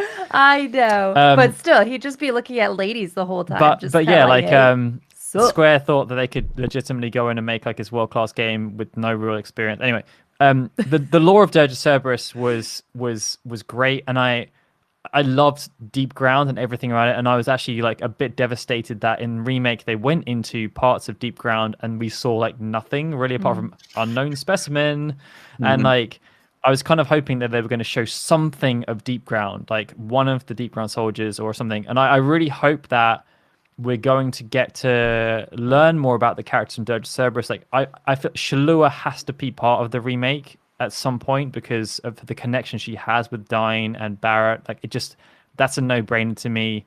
I don't know if Shulk will feature, probably not, but like I can see if they're putting in Nero and Vice, I can see Roseau and Azul appearing at some point, and maybe we'll get to learn a bit more about everything that's been going on in Deep Ground, and like because obviously like the Sviet's like the 13th iteration of the of Deep Ground's like forces. That is right? deep lore. Oh man, you're tickling our And bones so, right like- now. I, like Owen is at limit break. Sleepezi right here is he's about ready to burst. I can tell. I love all of this stuff that you're talking about. I definitely agree that. Well, and just to jump off of your point really quickly, I think the whole Deep Ground segment and the Avalanche stuff that we got in remake was all supposed to be like, man, I wish I had, like, what is this? Like, what more of this scope? What about Wu Tai? What, like, you mentioned all these things, like, but is this is just going to be elaboration for later, I guess. I assumed they're planting seeds. They're planting seeds. Right. Yeah. And that's the beauty of like this integrate stuff, is that literally every question that I personally wanted answered immediately in Midgar seems to be getting that sort of coming to fruition sort of moment. Like they were just like, okay, you're going to get Vice, you're going to get Nero, You're gonna have like all the whatever this is. You're gonna like get Genesis some stuff. You're gonna get maybe Genesis in I don't know of that. But yeah, just a lot of these really interesting and also Avalanche with like Poke and Billy Bob and all this other stuff and the Root by connection. And hopefully what the biggest thing that I want to see is that I don't want it to be like, oh, like look at the reflection of like these moments together and like that's why that happened and all that other stuff. That would be lovely to have everything fit together. I want to ultimately see what the purpose of all of this means. Yeah, and it does raise some points to me initially because obviously maybe they've done it this way on purpose because obviously in Dirge of Cerberus, Nero like defeated Yuffie and like it was only thanks to Vincent that she didn't die essentially. Right. And like it's a weird decision to have that be this in this part, like they're going to be fighting again as like a precursor to a fight they're going to have in like 3 or 4 years time. Yeah, I think this is exactly I've what you're elaborating on right now is literally like what the video that I just made is about is that there's a lot of these sort of connections that the game is immediately making to the end events of like Dirge of Cerberus with like Vincent coming into arriving in Sector 7 in Dirge of Cerberus to start his infiltration of Deep Ground, which is the same place that like Yuffie shows up to start her investigation or infiltration of Shinra. And then like going through wearing the same outfit as well as Dirge of Cerberus. Exactly. It's like everything. And also you mentioned Shalua before, and that same event sort of is a direct mirroring of Biggs with the Harbinger and the speckle of light going into that character. It's like these are some pretty direct parallels to that game that are I'm expecting to see more of. I actually think we're gonna see. I don't think you would in a trailer. This is speculation, of course, but I don't think that you would just show Vice and be like, "Here's like the biggest thing that we have in this game right away." Like that's the first thing we saw. And then you have Nero, and it's like, okay, well, these are great, but like I think that Square's intentionally hiding a lot of things. Well, with Remake, they did it right. They withheld. They wanted everyone to believe a certain amount. And then they talked about, I mean, like even in the build up, actually, we were talking about loads, like they showed almost nothing about the game. They focused so much on like the first probably like 2 hours of the game, right? In all the press release or the build up and stuff. And they showed like literally really not much else. They showed pockets of things. But like so much was focused around the opening bombing mission. Here's the bosses you're going to fight. Here's the character. Like they didn't really show that much else until like it started getting really close where they put like, oh, here's Sephiroth in a trailer kind of thing. Right. And the Whispers showing up as like one thing, but like you never saw like the hard. Very ambiguous. They didn't very ambiguous. Had no idea what it meant. I mean, because there were questions about the Whispers beforehand, and like the Mirror would just kind of gloss over them to be like, oh, no, they're just a thing. Don't worry about it. Yeah, we didn't know that they were the shades from Nier yet. Yeah.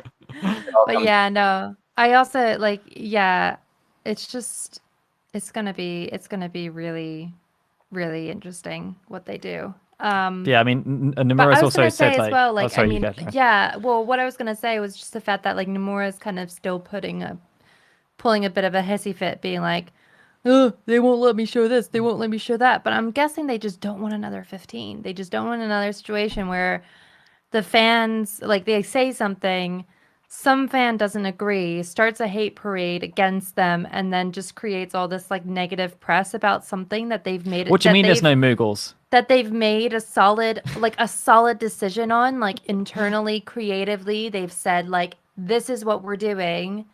And then have like all of the fans gang up on them and just be like, no, that's horrible. How could this happen? Yeah. Blah, blah, blah, blah, blah. They've done they've done tiny bits of interviews. Like Toriyama's talked about how he really wants Roche to come back. Yeah. But like, they flat said that Chadley's done. Yeah, Chadley's out. Chadley's gone. That's because he's Vice. But whatever's going on with Chadley, I am absolutely convinced we're gonna find out in Intergrade, and it's gonna be weird. It's gonna be awesome. No idea.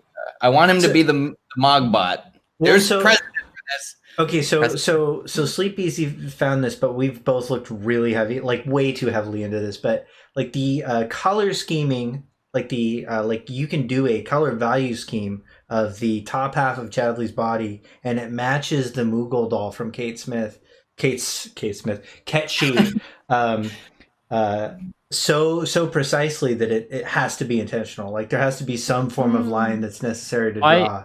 It's the everything in the remake, the more the time has gone on, every single tiny detail is intentional.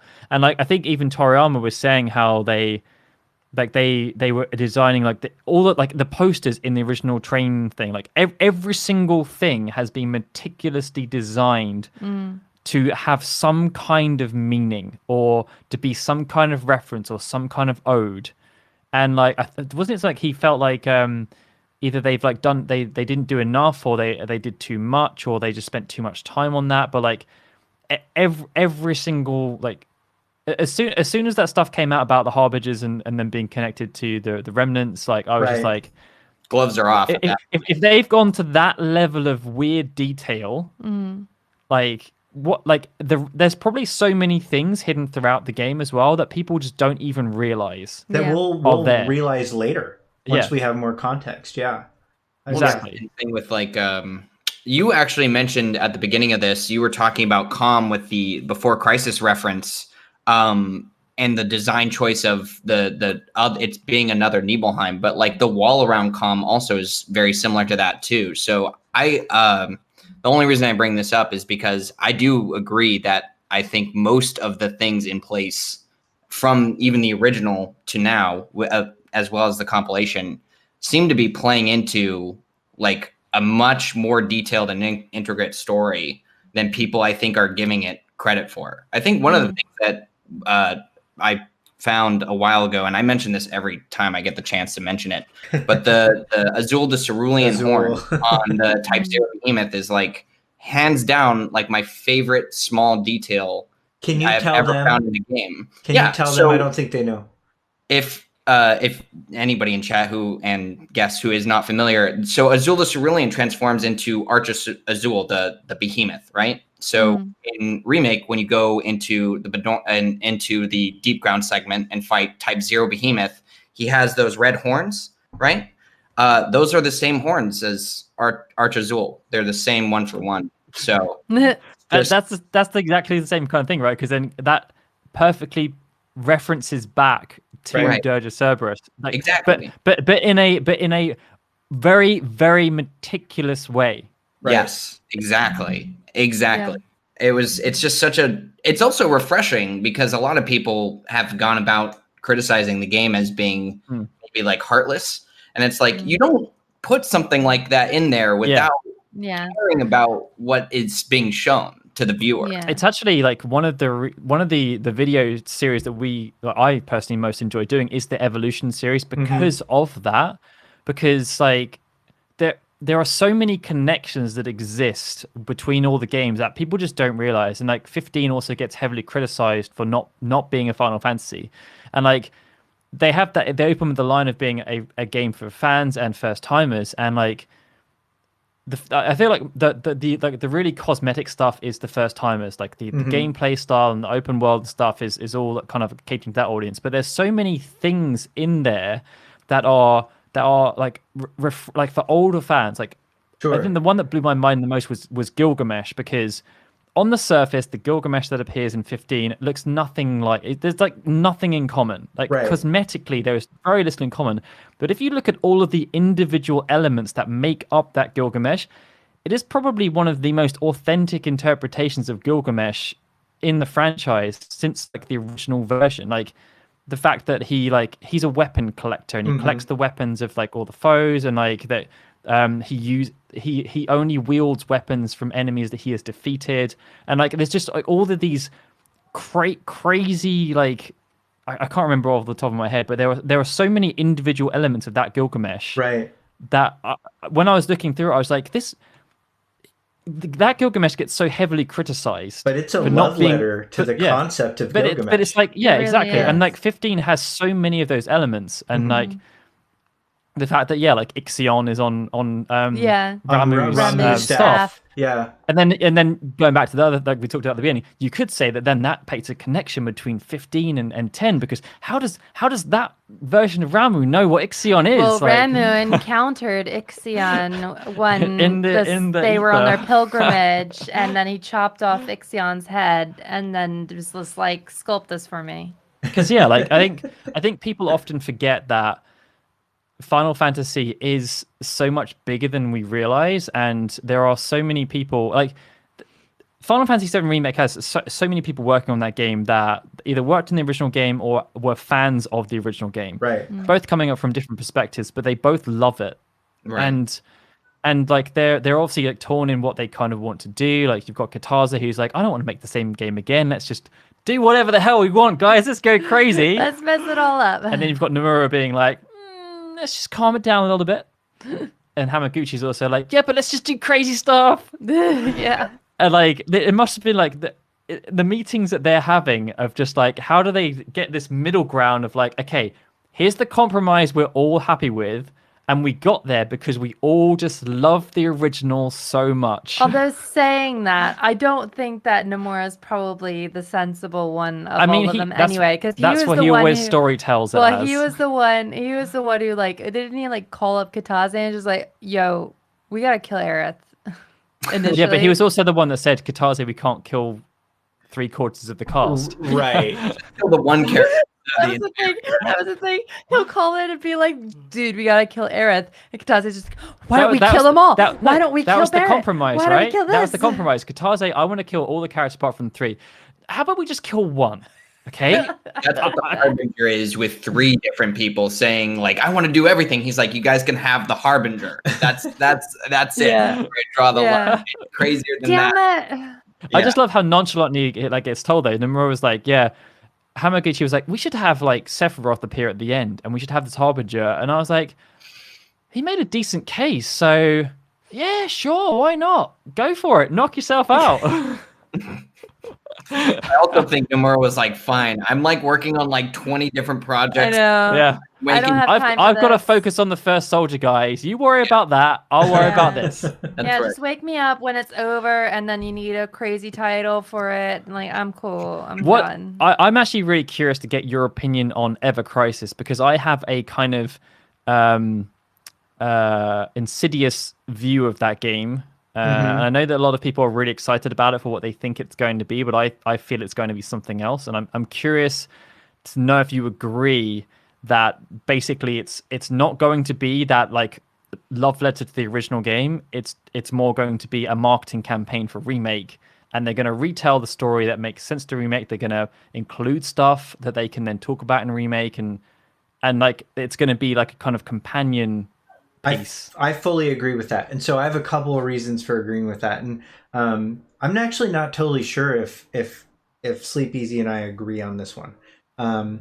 There are a couple details to consider. One is that in the title sequence, it says another chance for a remake, and they make a specific font choice to isolate a not her and for the word another. And so a lot of people have assumed that, well, this is one without Aerith's involvement in the timeline. So this will end the same way as the original. I think I'm with you, and part of the reason I think I'm with you is that, and this could just be, asset reuse, but we are apparently getting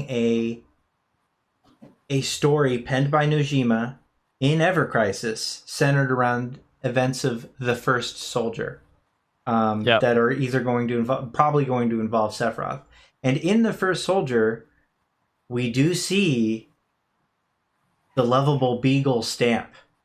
So it's not like some other version of stamp. I think what we're doing is whatever Crisis is doing is, I still think it might be enjoyable, but I think what it is doing is it is encapsulating the only continuity of Final Fantasy VII Remake that they want to tell. And I think they were like, yeah, it's going to be the same story that we told originally, but we're going to introduce a load of backstory about Sephiroth that wasn't in the original game, and it's gonna probably more likely tie in with what we're gonna say in the remake. I think so too. I think so too. And we're gonna give you backstory on President Shinra and Scarlet and Heidegger about what happened when they were younger, and like it's just like, well, that's not the original story, then, is it? No, I don't think it's necessarily. Okay, so I personally don't necessarily agree with the approach that Square is taking with the This is like a new compilation, essentially, right? You're getting this kind of mobile games. You're getting like these spin-off. You're getting another book. You're getting another. Yeah, this is just the start. I know. Yeah, you're getting a Soulsborne game starring Sephiroth. I personally try to stay away from talking about the games when I talk about any of the lore for Final Fantasy VII, and most people might not think that or that I do enjoy like playing Crisis Core, that I enjoy playing Dirge of Cerberus, that I enjoy like watching like Before Crisis and not playing it at all.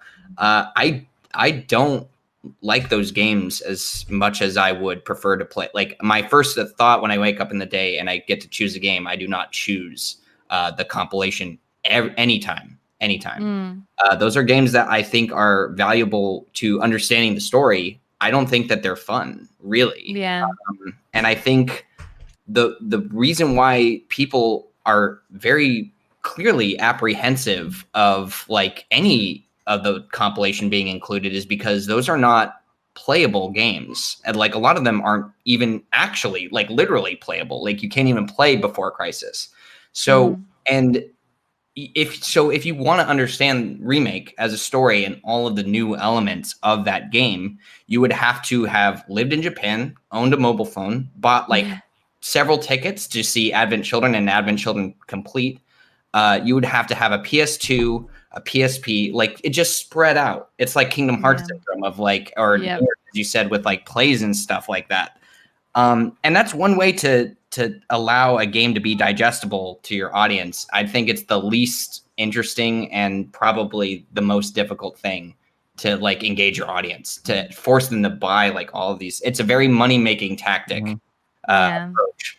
And so for me, it was okay because I was like, well, Remake is just going to tell these games in a way that is more digestible and fun. Like the Nero boss fight, for instance, looks like a lot of fun to play. Like that seems like a great inclusion of how to get people on board with this stuff. The answer to the question is not, let's make 2 mobile games and do the same thing that we did the last time. I think I'm hypercritical of the game itself. I'm less critical of it from a lore perspective, but I think Ever Crisis is like the perfect in-between of like, you can't really talk about the lore of the game without explaining like what the product is at the same time and like what this means going forward. So I would say like, I'm extremely apprehensive of like Ever Crisis. I don't really want to play the game either. But I'm going to have to. I know. So that's not fun. That's not. Yeah. That also kills franchises. It's sort of why I would imagine that we didn't see Final Fantasy VII until like more recently, because Dirge of Cerberus really put a nail in it. Like, people don't remember how disappointing that whole experience was for a lot of people. I feel that way about the First Soldier, maybe being like kind of a misstep. You know, like just like a big cash grab, like Mythic Quest, which is a television show on Apple Plus that like makes fun of the games industry, has recently just put 2 episodes out about this fictional company like cashing in on a battle royale game based on their famed fantasy franchise, and it's like, it goes back to that like Dirge of Cerberus delusion, like They genuinely believe, or maybe they're just like puffing their chest up. They genuinely believe they can make a competitor to Fortnite. Yeah. And it's like... And just like, you know, you could probably do this a lot easier if you just did skins. Why don't you just like make like Fortnite skins? Why do you have to do it? That would be a lot cheaper. It would be a lot cheaper. It would be also a great way to promote for additional people, because they're always adamant about like new fans. Like, also, I mean, like, I was even thinking, like, you know, Dota fans, like, how cool would it be if we had, like, Final Fantasy characters in Final Fantasy skins in, like, games like League of Legends and stuff? Like, you know, like, why not Why not just do that? Yeah, It's just a do lot the Smash easier. thing. Yeah. Yeah. Yeah. Or just like take a leaf out of like a League of like Riot Games' book. Like they are expanding the lore of their of League of Legends by making complementary games, and this is what Square used to do. Like Final Fantasy Tactics was a game that was made to expand to a complementary genre. Like tactical RPGs are different to turn-based JRPGs or active time battle, whatever. Like, and it's a different type of audience. But loads of people like tactics, and they bought it because it was a tactical game, and then they got indoctrinated into Final Fantasy as a result of that because it's like it's a similar thing. Like, I don't like. There may be people that cross over and they play like Warzone regularly and play 7 Remake regularly. I don't know. I've like, never met anybody. I that can't has. imagine it's a huge number of people, and like the amount of people that play Warzone are not gonna like. I don't know if they're gonna be like, let's play the first soldier. Oh, I really want to play Final Fantasy VII Remake now. Yeah, exactly. Weird, like working backwards approach to like that design. Yeah. I get trying to go to a new audience. I get it. So the counterpoint, though, I will say is that that's First Soldier. I think Ever Crisis will be fun, and the reason I think so is because I enjoy the hell out of Opera Omnia. I think it is. But that's so why good. I like Ever Crisis feels like it's just it's probably replacing Mobius. It's that like, kind of kind of experience. It's definitely that kind of experience. It's not going for a new audience though or anything. It's just going to be recycling the same audience. Yeah, so I will say that I'm excited about it for that reason. Like I want it to fill that void. But what your point being is like a lot of people are seeing this as the remake they wanted, and that's not what this is going to be. This is not at all what this is. That's the exact. If anything, like you stated before, it's a companion piece. Right. It's not. Yeah.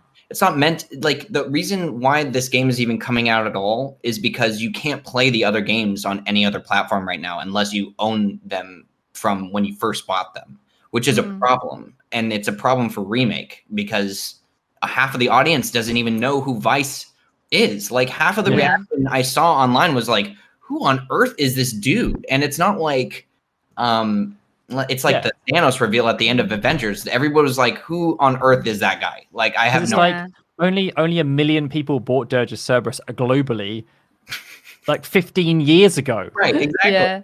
No one's gonna know or be caught up on any of this stuff. So it's a way to introduce people back into this stuff.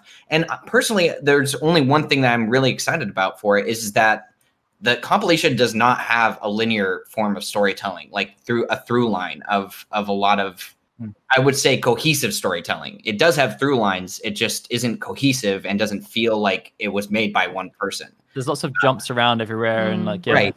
There's a lot of like ideas here and there where you get like senses of the story that was, oh, that's from Dirge of Cerberus or that's a reference to this, but it doesn't feel like all connected. Remake does feel like it's really uniting a lot of those elements, but you need something to explain to people what those elements are. It's like you would never get, it's not like it's like a missing item from like a Dark Souls lore where it's like if you just take too many things out, like this, you're not going to make heads or tails of any of this. This isn't going to make sense.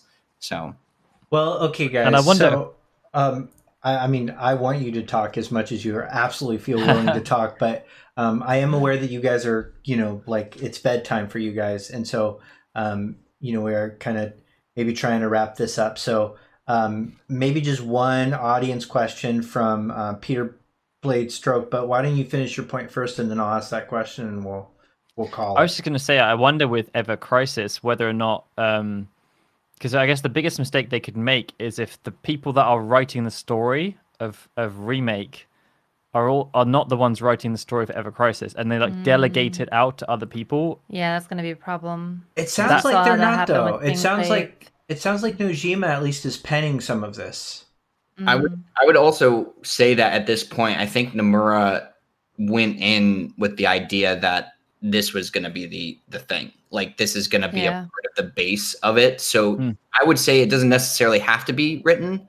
I think the like by the same person, but there are clear. It's like not every like Marvel movie is directed by the same guy, but they have like beats that they have to hit through the movie. Yeah. That are serious to building like the larger story. but I definitely think that there's some, I don't know, with, again, the compilation, it felt like seeds of your pants, like invention of storytelling. It's like, okay, like let's put all of this stuff in there. Whereas Yeah. the beats and the bass are there for Ever Crisis to like hit like, okay, well, Elf's death. Like, how do we want to do that? Do we want to set that character up? Is she going to show up in remake? Like, let's make sure to make that look good or set that up properly for the story. Those are things that I'm excited for lore wise, not necessarily gameplay wise. Okay, so we've got a question. What do you guys think about that rumor of the new FF to be announced at E3 being Dark Souls-like? Apparently, it's made by Team Ninja, who made Neo 1 and 2. And I know that we've talked outside of this about the Navtra leaks and stuff like that. This is a different leak that came out a little later. I'm not sure if you've seen it yet. But it's that this... So essentially, there was a leaker Navtra on Reset Era who has a 0% failure rate, saying that at E3 we are going to get not only news about 14, 16, and 7R and its potential, offshoot sequels, etc., but we are also going to get a new Final Fantasy title. And Navtra made this very bizarre qualifier of saying that it's somewhere between World of Final Fantasy and a main series game in terms of scale and excitement. And then another leaker who apparently has a very, very good reputation too, said that it's going to be a Souls-like game. And so that's the context for this rumor. So what do you guys think? So it's going to be Lightning Returns then. Bad joke. Lightning I remember in the build-up, returns again. Lightning Returns is like a Soulsborne inspired game. It's just yeah. I feel like this is just such a, if it is that, like, this is just, I peg on about it all the time, but I just feel like Square is just constantly trying to copy what everybody else is doing instead of focusing on what their USP is. Like, it just, they really want to try and find the next big thing. What can we do to get those like over 10 million sales type of game? And it's just kind of like, I mean, I admire them for attempting, but it's just like, it'd be better if they just focused on what they're good at. I don't know. I don't know how I would feel about the fact that they would choose, because I know how badly Dissidia NT did, because they didn't really have that mindset. Yeah, I mean, like, that could have been such a good game. It could have been amazing if they had just simplified it. If they had just like taken their ideas down to like a 5. Maybe not have 3 versus 3. Maybe not make Sephiroth. Maybe actually make it into a MOBA. Yeah, like maybe not like just give other characters a chance to be like stars in the game other than Sephiroth. Like, it's just, I'm it's just hard really because scared. like if they're going to call it Final Fantasy and it's going to be something like that, then like it like. Final Fantasy Tactics is a good example. Yeah. To go back to it, because it's close a enough. very complementary genre. You can easily incorporate Final Fantasy elements into it. You've got job system, magic, all these different things. Like with a Soulsborne game, it's hot. Like, it's not overly complementary. I mean, maybe it is these days because everything's action RPG with the main series now, right? And maybe it's going to be a standalone game called Cloud Strife. It's true. Soulsborne game. G-Bike remake. So, like when I heard the rumor the first time, I was like, I mean, I just don't want it to be a spin-off game then. Like, if you're going to make a spin-off game, like, please, new stuff. Like, I'm happy with remake. I'm happy with 16. I'm excited for what that looks like. I'm in love with Forspoken. I'm probably more excited about Forspoken than any of the other Square IPs right now. Except remake. I'm apprehensive about Forspoken just because Tabata's no longer in charge. I know. It looks good. I'm still, if I'm going to be honest, I'm going to second that. I'm not Yeah. sure what I'm looking at yet. I like Yeah. I like what I'm concepts. looking at so much that I'm really excited about it. I'm And what I I'm just don't like that they showed like such a short cutscene. It's just like, oh, this is gonna be Forspoken. Yeah. And it's like, oh my god, what is this dragon? What is this dragon?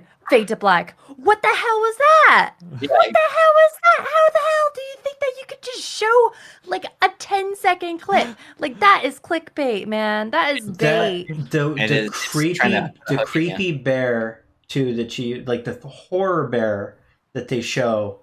Like I wish I had it handy. It is one of the most disturbing pieces of like of random horror inserted into a game that doesn't seem like it's going to be horror, that it actually excited me. But my point is like with Soulsborne game, like, you know, at least make it be something like, you know, like when they did Final Fantasy Explorers, or even you know, something that's like you know, like it fits like Type 0 or Crystal Chronicles, one of those. And then somebody leaked with it. They said that they believe that this is going to be, the Soulsborne game is going to center around Sephiroth. And I was like, oh wait, actually I'd be okay with that. I would be okay with the Sephiroth Soulsborne game. And my heart said that, but my brain is like, that sucks. You know, like it just kind of sucks that that's where we're at. So I don't want to judge it before it comes out, but that's kind of where I'm at. No, because obviously, like we don't know. But like Daryl and I are like killing for a freaking Warriors game. That seems like a much better option, a much safer option than being like, oh, we're gonna make a Souls equivalent. Make a freaking Warriors game. Multiply like Shinra by like 5,000 and have a bunch of people running at you with guns. Yeah, like it's like, see, that's like a no-brainer. It's been done before. What other is Atlas making a Neo? It's got to the point where the Warriors crossover games are kind of now bigger than Dynasty Warriors, Samurai Warriors, and Warriors of Orochi combined. It's like it's no longer a cliche. It's not now like a it's genre. not a guilty pleasure game anymore. Like the new Hyrule Warriors has sold like 4 million copies. It's like everyone loves it. And that's people like are excited where I'm kind of getting back. Yeah. People are more excited for the sequel of Hyrule Warriors than they are like, you know, major games. Like that's where I'm sort of getting at with like Square Enix. Like it's the fact that they don't seem to trust their brand. Like Atlas does it so well. When you play an Atlas game, you could be playing, you know, Persona, but you could also be playing Catherine. Oh, what's the one with the medical stuff? Name's gone. Sorry, it's gone. Trauma Team. Trauma Team. Oh yeah, got it. Yeah, like you could be playing any of those games. You know for a fact that that is an Atlas game. There is no question whatsoever. You cannot do the same thing for a Square Enix game. You can't. Like that's just not possible unless you play something by Nomura, because all the characters have the same face. That's the only time that you know. Yeah, you see a ton of belts, and you know. Yeah, you know, like this is what drives me crazy, because like Square Enix don't seem to have it all together. Everybody has this different idea of what Square Enix should be, and even Capcom have like they went through a dark period, but now like Capcom these days they have a brand. And like Devil May Cry, Resident Evil, like Monster Hunter, like they're all like they've revitalized them. Yeah, they had like this awakening of like, oh, the games that, oh my gosh, all these games that people actually want us to make. Maybe we should make them. Maybe we should just make the games. Maybe we should remake like Resident Evil. Maybe we should make a new Resident Evil. Maybe we should make the fighting game department like better and stuff like that. It's just like there's just and DMC5, like all of these things just immediately started happening, and one after the next. Square, I don't think Square is trying to find its stride right now, and it lucked out. It did well this last financial and like it's report. why like I'm apprehensive, like positive about what's going to be happening in the next couple of years, because like they were like pumping out Final Fantasy games like nobody's business over the last like ever since like they merged with Enix, you're looking at like, you know, 6, 7, 8 games a year, or like numbered games, spin-offs, remasters, remakes, mobile games, like whatever Different the hell they were IPs, pumping yeah. out. But like last year, there was one game, 7 Remake. They didn't do anything else. And in the year before that, it was also very limited too. It was like Are War of you Divisions are and you like a are you couple of saying games. that Avengers didn't exist? It wasn't a Final Fantasy game. I it didn't exist. I still convince myself it doesn't exist. No, I hear you. It is really slowed down. 14, I guess. And like, Yeah. yeah, like, and someone saying 14, yeah, it's like 14 is kind of there as a persistent thing. They put a new expansion out every other year, but like in terms of like individual properties, like it's really slowed down. And I feel as though they're kind of, I hope it's like the calm before the storm in a good way. Like they've taken a step back. Like they're not pumping out 20 billion mobile games anymore. They were just like, okay, we've got games that are working. People like them. They did War of the Visions, which is like a tactics reboot, and they were like, we're okay with it. We're okay with what we've got right now. We don't need to just keep putting new games out and canceling them 6 months later. Like I that's just like, actually I think that's what they're doing. I think they took a step back, and I think the reason they're moving forward really well. I think I heard you talk about it on stream. Maybe the last financial report was so successful is I think that they're not spending a ton on failed projects. I think 16 feels like it's going to have a lot of momentum. I really trust the creative team. I really trust. I'm Night Sky Prince is with me, who's been in the chat, by the way, being very, very helpful. Thank you so much, Night Sky Prince. You know I love you. I really think that's in good hands. I think Remake's in great hands. I really do. I think Remake's gonna continue. Maybe there will be missteps in the mobile division, but honestly, like those are kind of like easy wins. Everything is Unreal Engine. yeah. You can just like kind of like if they fail, it doesn't tank the experience. Yeah, and like I mean, it happens. It's annoying. Like I mean, a New Empire is still making a load of money for Square as well. I do see the irritation in the fact that like if you really love the remake, that like you're not allowed when the next part comes out, you'll be unprepared if you don't digest the content from all the other avenues that you might not be interested in. Absolutely. I totally agree with it's that perspective that I think it's like an apprehension to like just blatantly accept Ever Crisis or to blatantly accept First Soldier. And I think if I'm going to give them a chance, I'm just, but it's the thing about the inclusion of like Vice and Nero in Remake to me for a lot of people is that if they don't handle these things appropriately in a way that seems to actually service us rather than just servicing their pocket at the end of the day, or just to like be like a wow factor, then the string gets cut and you just end up with the same tactics that they did with Final Fantasy VII before. So it just all goes to a good place is actually entertaining. That's I really just hope they learned from 15 because the 15 universe was a shambles. Like it just, I don't really know any other way you can describe it. They had like 5 mobile games, most of which they like had high hopes for, but just went through development hell. Canceled within like they had like 3. animes, DLC that they didn't really have planned, like DLC that gets cut, turns into books. There's a lot of discrepancies between Kingslave and the actual game itself. Like that whole universe was like, we don't really know what we're doing, but we know we need to do something. It's a mess. It's I really just hope that with the new 7 compilation they're making, that it has been thought out from the start. Like when they, and I feel like as though it has to a degree, because I remember like 30th anniversary. Do you want to play some King's Day? Like Katase said like years ago that they were thinking about multiple 7 remake properties and like things to keep people engaged between releases. So at least it feels as though they're like. This has been, I don't know if they necessarily planned to make a battle royale game from the start or what. That feels like more of a whim kind of decision. And it also just feels really easy. And it is one of those things, everything's on the Unreal Engine now. All these assets can be made by other people. They can just be thrown around.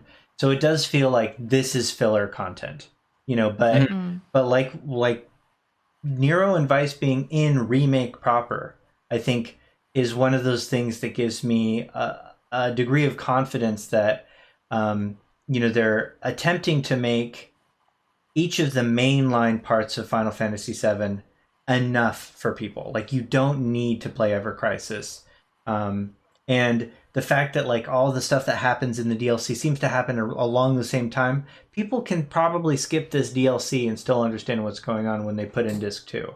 You know, when they put in game 2. Like, I feel like they're taking a real time off. That's the case. Yeah. I really hope that's the case. Right. And it's like Kitase obviously made that mistake before with between 13.2 and Lightning Returns, and he did say that like they were going to try and never do that again, because it was just I don't know what they were thinking. Right. And like Lauren and I are not the biggest DLC advocates out there. Like, right. If they are going to do it, and it needs to be something that is not mandatory. You don't need to get it, and that's where 15 kind of went wrong as well, because like 13 Gladiolus just disappears for a moment. Oh, you want to find out why? You got to go buy that DLC. Yeah. And like, I think too, I think Decreaseman actually said about like Nier, like the thing about Nier is that you don't need anything else in order to play that game and get a solid experience from the story. Like, that is the difference. Like, there's nothing, for me personally, I never feel like there's anything missing from Nier. Like, maybe there's additional information if I like care to look, but it's like it is a solid done deal game from. And also, I mean, at the end of it, I'm spent of how much stuff I've learned about Nier. Oh yeah, and they kill a lot of people. There's a lot of sadness. Yeah. There's a lot of dead dog moments in Nier. So like every single side quest in Nier ends so up much. with every single side quest ends up with, oh, and that person's dead now. Maybe if I really haven't cried in like a long time, I'll go back and like watch the like additional or read about the additional content of Nier. But I tell you, if you power, and if you power to like ending E of everything of both Nier games, like it's sandpapered your feelings, and like other stuff doesn't affect you anymore, turns you into a sociopath. So I think taking that in small bits is fine. It's safety. It's for your It's for your safety. We're thinking about your health. Think of your children. All right. Think of your children. A PSA. And your and your consumption of tissue boxes, because you're gonna need quite a few. You're destroying the planet by playing Nier because of you're all destroying the planet. The tissue boxes. Yeah, exactly. Save trees. Yeah. Absolutely. Well, okay. You know, in closing, guys, I cannot thank you enough. You guys have been incredibly generous with your time. Way too generous. Like way past your bedtime. I cannot recommend to the audience, both live and the people that watch in the VOD. I just, for preparation, and I pretty regularly listen to Union when stuff comes out, but I've been going through the backlog, and there's enough that, you know, in a week's time I haven't even scratched the surface, and that's awesome. It's really cool how much content there is, and all of it's really good, really fascinating. So please continue to support them on all the ways that they can be supported on their YouTube channel. Watch Lazadar on Twitch when that's live. Go to their Patreon, do all of the stuff, and also also do all of the stuff for Sleepezi, who you know, has just released what I think is his magnum opus video, and I know he's been pretty regularly streaming even some non-Final Fantasy stuff. Like Castlevania, etc., on his Twitch channel, and those are incredibly fun to watch. So please check him out. And then if you missed any of this, came in late, no worries. The VOD will be up on my YouTube tomorrow. In closing, let me I just have one question I have for both Lauren and Daryl, and it is, what is your favorite piece of Final Fantasy trivia that you discovered while creating your Either your origins videos or your evolution of videos. Okay, right. I'm gonna do a plug here as well because I think I've seen Travis in the chat, but we're working on a documentary at the moment to talk about the entire history of Square, and it's incredibly detailed. Ooh. The first part of the documentary is going to cover only up until mid 1986, and it's going to be about 50 minutes long. Wow. And one of the pieces of trivia we found, which Lauren loves too, is that before Uematsu was able to start working at Square, and the first game he worked on was a game called Yeah, I already know what you're gonna say. he worked on Cruise Chaser Blasty as his first game. But before that, he was like desperate to get into music, and he was sending his demo tapes out and stuff. And one of the types of music he composed, he was composing music for Japanese porno movies. That's amazing. That's the next question you give him when you interview him next time. Did any of your music sound like One Winged Angel? Oh my goodness. That's actually the best thing I've ever heard about Square, period. So what is the title of your favorite project? Your favorite porn project? I also found out that so Koei, obviously we've talked about them a lot bit because of the Warriors franchise. It was epic. Similar line of thought here. So randomly, Koei were a company that sold clothing dye, and it was a failing company. So the wife of the owner bought him a computer, and he was like, you know what, I want to make games. Completely 180'd the company, made it into a video games company. And the second game they ever made was an erotic. I think it's one of the first erotic games released or something. Yeah. It's like they were making like these like battle simulators, but also making erotica at the same time. And then I think like he said like years later, he's like, I kind of regret making those games. What a weird thing to regret all of a sudden. That's great. It is quite raunchy. That's a good one. Lauren? My tired brain is like gone. I can't, like, we've had so many conversations about things. Can you start my brain? You had the one recently with the conversation we had with Sakaguchi about the piano. The piano. So I was going to preface it. So it's part of my research for the documentary. I also found out that Sakaguchi wanted to be a musician growing up, but that he basically couldn't justify it to either himself or his parents. So we asked him about that in our interview with him. Like, does he still like kind of regret not being able to pursue that career? And we came up with a weird. Well, he came up with a weird realization. Yeah, that he just really. Well, oh well. Wait, hold on. Where are you going with that? Because I was just gonna say the fact that like he played piano and like he didn't like it. Yeah. And then. but then what did you twig when we were? Oh well, one thing I twigged, which he said he didn't realize that that could be the case, is like why he puts in the older games they have pianos, and he like sort of figures like maybe that was me subconsciously putting, because like Final Fantasy V's got like the organ mini game, like Final Fantasy VII's got playing with Tifa's like why music. are they there? And I prominent like piano Tifa and Final Fantasy VII as well.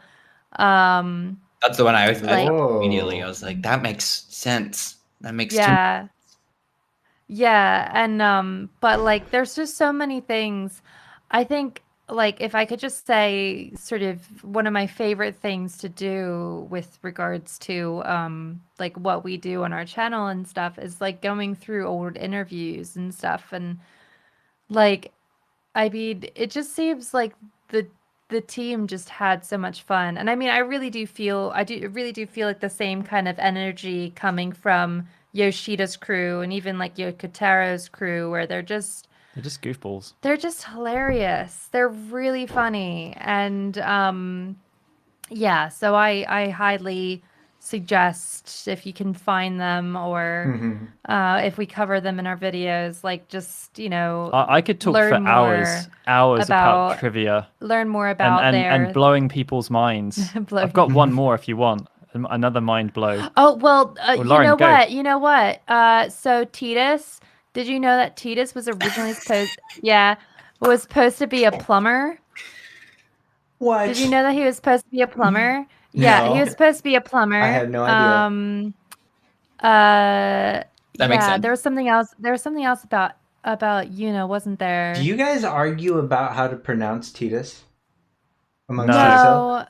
I used to be Team Titus, but then like every now and then, just to drown people out, I just say Titus because I'm just tired. It's a difficult one because canonically he is Tidus, even though the reasons why are ridiculous. Well, honestly, the localization really, like, I'm sorry, but Ramu, that's not how you spell something that is pronounced Ramu. Like, that is Rama, like phonetically in English. Yeah. Exactly. It's like so everything. hard. Yeah, it's so hard. everything's so odd. Like, because like it's such a weird bugbear about the pronunciation of how things are said. Like, it just like you can't. A weird bugbear. I love this. Titus and Titus. Everyone's like, well, in the Japanese it's Tita, and it's like, but that doesn't matter. It's not the Japanese version of the game. And in Like, Dirge Cerberus, they say Kate Sith. Yeah, like they flat out change characters' names between regions. Oh, Type Like- 0 is a great one because they cannot decide on how to say Kurasame. They can't. Sometimes it's Kurasame, sometimes it's Kurasame. Like they just can't decide on what is the right way to say that name. Oh, it's so funny. But Bad. I'd say We'll pronounce Terra slightly differently because in Japanese it's Tina. it's Tina, yeah. It should be And Tira. we really should be Tira, calling- maybe. Are you guys gonna all play through Final Fantasy V and be like, this guy is Butts? I don't care that they changed it to Bartz. His name is Butts. And I'm gonna play him as Butts and try not to laugh my butt off the entire time while I'm playing this game. Because as Butts. Yuffie and Yuffie is another one. I always said Yuffie, but like it's Me Butts too. for I've life. been training myself because I found out I was wrong. yeah. Oh. But is it wrong? Like any game that was pre-voice acting, Yeah. it's fair game as far as Yeah. I'm concerned. That's Like, a good point. You Yeah. can say whatever the hell you want. It is wrong. Okay. For saying that. It is Yuffie. And Yeah, I'm aware. Although, But I'm although English, even right? So even over here, Sakaguchi, in our interview, he said Chocobo is Chocobo. That's how he pronounced it. Well, he's wrong. okay, well, he's wrong. Too. Everybody who doesn't agree with the way I say things, Like, is the exactly. wrong one. Like, how do you say a Falna? Yeah. I have no further comment on any of that. His first That's two not- videos, he had a Falna pronounced wrong. So I added I an will L. never. That's how I got to know him. Actually, I think I was Yeah. like, Yeah. hey, by But the way, there's so You many. said this it's wrong. not Il Fana, Yeah. Yeah. idiot. Those are my favorite YouTube comments to get, by the way. So if you want to become my friend, just criticize the way that I pronounce things. I Actually, you. all the time. My Yeah. video I did for Squall's Origins, like because Final Fantasy VIII is one of the worst. People were saying I thought I was saying Squall wrong. Yeah. I always called him Sifa instead of Cypher. You got Keistis or Quistis. Well, people always criticize Irvin me. Like, instead of Irvine. I like, speak well. I just have a weird way of. I don't know if I just have a weird way of speaking or weird accent or something. But like, I just sometimes it doesn't. My words don't always come out clear. Sometimes my words slur, and so like there's some videos where I say like Final Fancy. Final Fancy. Final Fancy. But like the way I look But at it you is, know what I'm as an saying. English speaking people, we can't even say the word water correctly. Yeah, Like, water. you, 100% like you could go water. like a mile down the road and they'll pronounce that in a different way. Like, so why do people get so upset about how we're saying fictional video game characters? It's Yeah. because Oh my god. you can get upset. So can. you do. It's cathartic. It's like right there, and It's it's a just release, like I can get yeah. mad at that. I want to be mad at this thing that you're giving me clear indication to go be mad at it. It's like, well, you produce a really great video, but you know what? Titus. Titus, literally, that's what it is. It's like, I don't necessarily agree with. I've had many people go back and edit comments and be like, that was a good video, because the only thing that they put is like a complaint or something that they're criticizing. And I'm like, I appreciate those people going back and just at least letting me know that that's not the only thing that they took away from it, because that's usually how those things come across. But you know. Yeah, absolutely. But well, oh you my know, goodness. I mean, honestly, Daryl, like, I would listen to you just spit out mind-blowing facts for hours, but I think that you're gonna get outvoted here. This is so he's just so excited. If you come on our Twitch channel, we actually have a you can redeem me talking about facts. You get to name a game, and I will just say facts, just spit them out. Super Seraphim is still here. We also have a special connection with Brendan Fraser, and we're actually the Warriors of Brendan. I was wondering what about is going on. No. Okay, we're just gonna stop now. I know. We're gonna basically every stream somehow Brendan Fraser used to be that Brendan Fraser gets mentioned somehow, and like somebody just says, "What happened to Brendan Fraser?" He's a national treasure. And then it just became a thing. It just became a thing on the stream that we would talk about Brendan Fraser every stream. So I have it as a claiming thing. I've already made an emoji. Now we've become the warriors of Brendan. And each crystal is actually a Brendan Fraser from a certain film. So there should be like a mummy Brendan crystal, George of the Jungle Brendan crystal, a Blast from the Past Brendan crystal, and maybe a Bedazzled. Okay, you can Brendan see the crystal. Brendan in the chat. Yeah, the Brendan. It's the silly Brendan. I love the mummy Brendan Fraser, by the way. Yeah, so good. Absolutely amazing movie. Yeah. Probably my favorite. Yeah. Is that to do with it? No, I don't know. Does he play Final Fantasy 14? Do I understand that right? Or is that I don't think he does. Okay. I think that's somebody claiming his name. And even still, like, I don't think he would use his real name. I wouldn't have thought he uses his real name to play games. If I was Brendan Fraser, I would absolutely use my name, Brendan Fraser. Yeah, but he's had some trouble being in the limelight, so I definitely understand. That's the thing. Like, we do everything we do when we say about Brendan Fraser, we do it out of love, because compassion for the craft. I really do love Brendan Fraser. I miss him. I do too. I think he represents a very positive part of my childhood and growing up, and and even now, like, I really appreciate that he's around. And well, he's great in Doom Patrol. I'm not sure if you guys watched Doom Patrol. It's so good. I really still need to. I think it's on HBO, isn't it? And the HBO is quite hard to get over here. I have a feeling. I can't remember. But I have to look for it. Yeah, you might have to do like amazing. Sky. It might be Sky too. We'll figure something out. Yeah. We'll figure that out. That Doom Patrol. We'll connect. We'll figure it out. Yeah. We'll connect over Doom Patrol. We'll just watch it. There you go. I'll stream it. Yeah. And I would love to have a conversation with about, and I kind of wanted to do that here, but like just how things are, particularly about summons and summon histories at one point with you guys, because I have a ton to say. About that, and there's probably even have little morsels on some of the summons that you haven't heard. So I know you. I mean, we can have another chat. Who knows? Like, we could just. Hey, it's like the future it's an unknown journey, right? Exactly. Like, we have no idea, right? Not been written yet. We spent this time talking about Final Fantasy 7 and other shizness. We can do, we can do a summons one next time. So, guys, I'm going to cut this off because there's no other way. I'm going to be so There's no dead other tomorrow. way. There's no other way. So how we're going to do this is we're going to raid. That's how we end the stream. Good. And who we are going to raid is Sunamods. Yay! Who is currently making the raddest modded version Final Fantasy VII, and he's been working on it hard.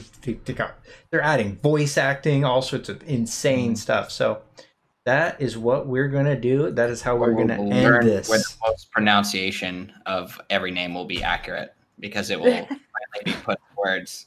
You'll see. Water. That's how you say it. Okay, so I am starting this raid. Let me make sure I'm spelling it right, because I've accidentally raided the wrong person before, and they're like, who the fuck? All right. This guy. Oh, I have problems with raiding too. I love all of you guys. So, once again, thank you so much, Final Fantasy Union Sleepezi, for coming here and all this stuff. You're welcome, Lewis. It was great. Thank you so much. It was a bunch of fun. Yay! Yay! Yay! Sick.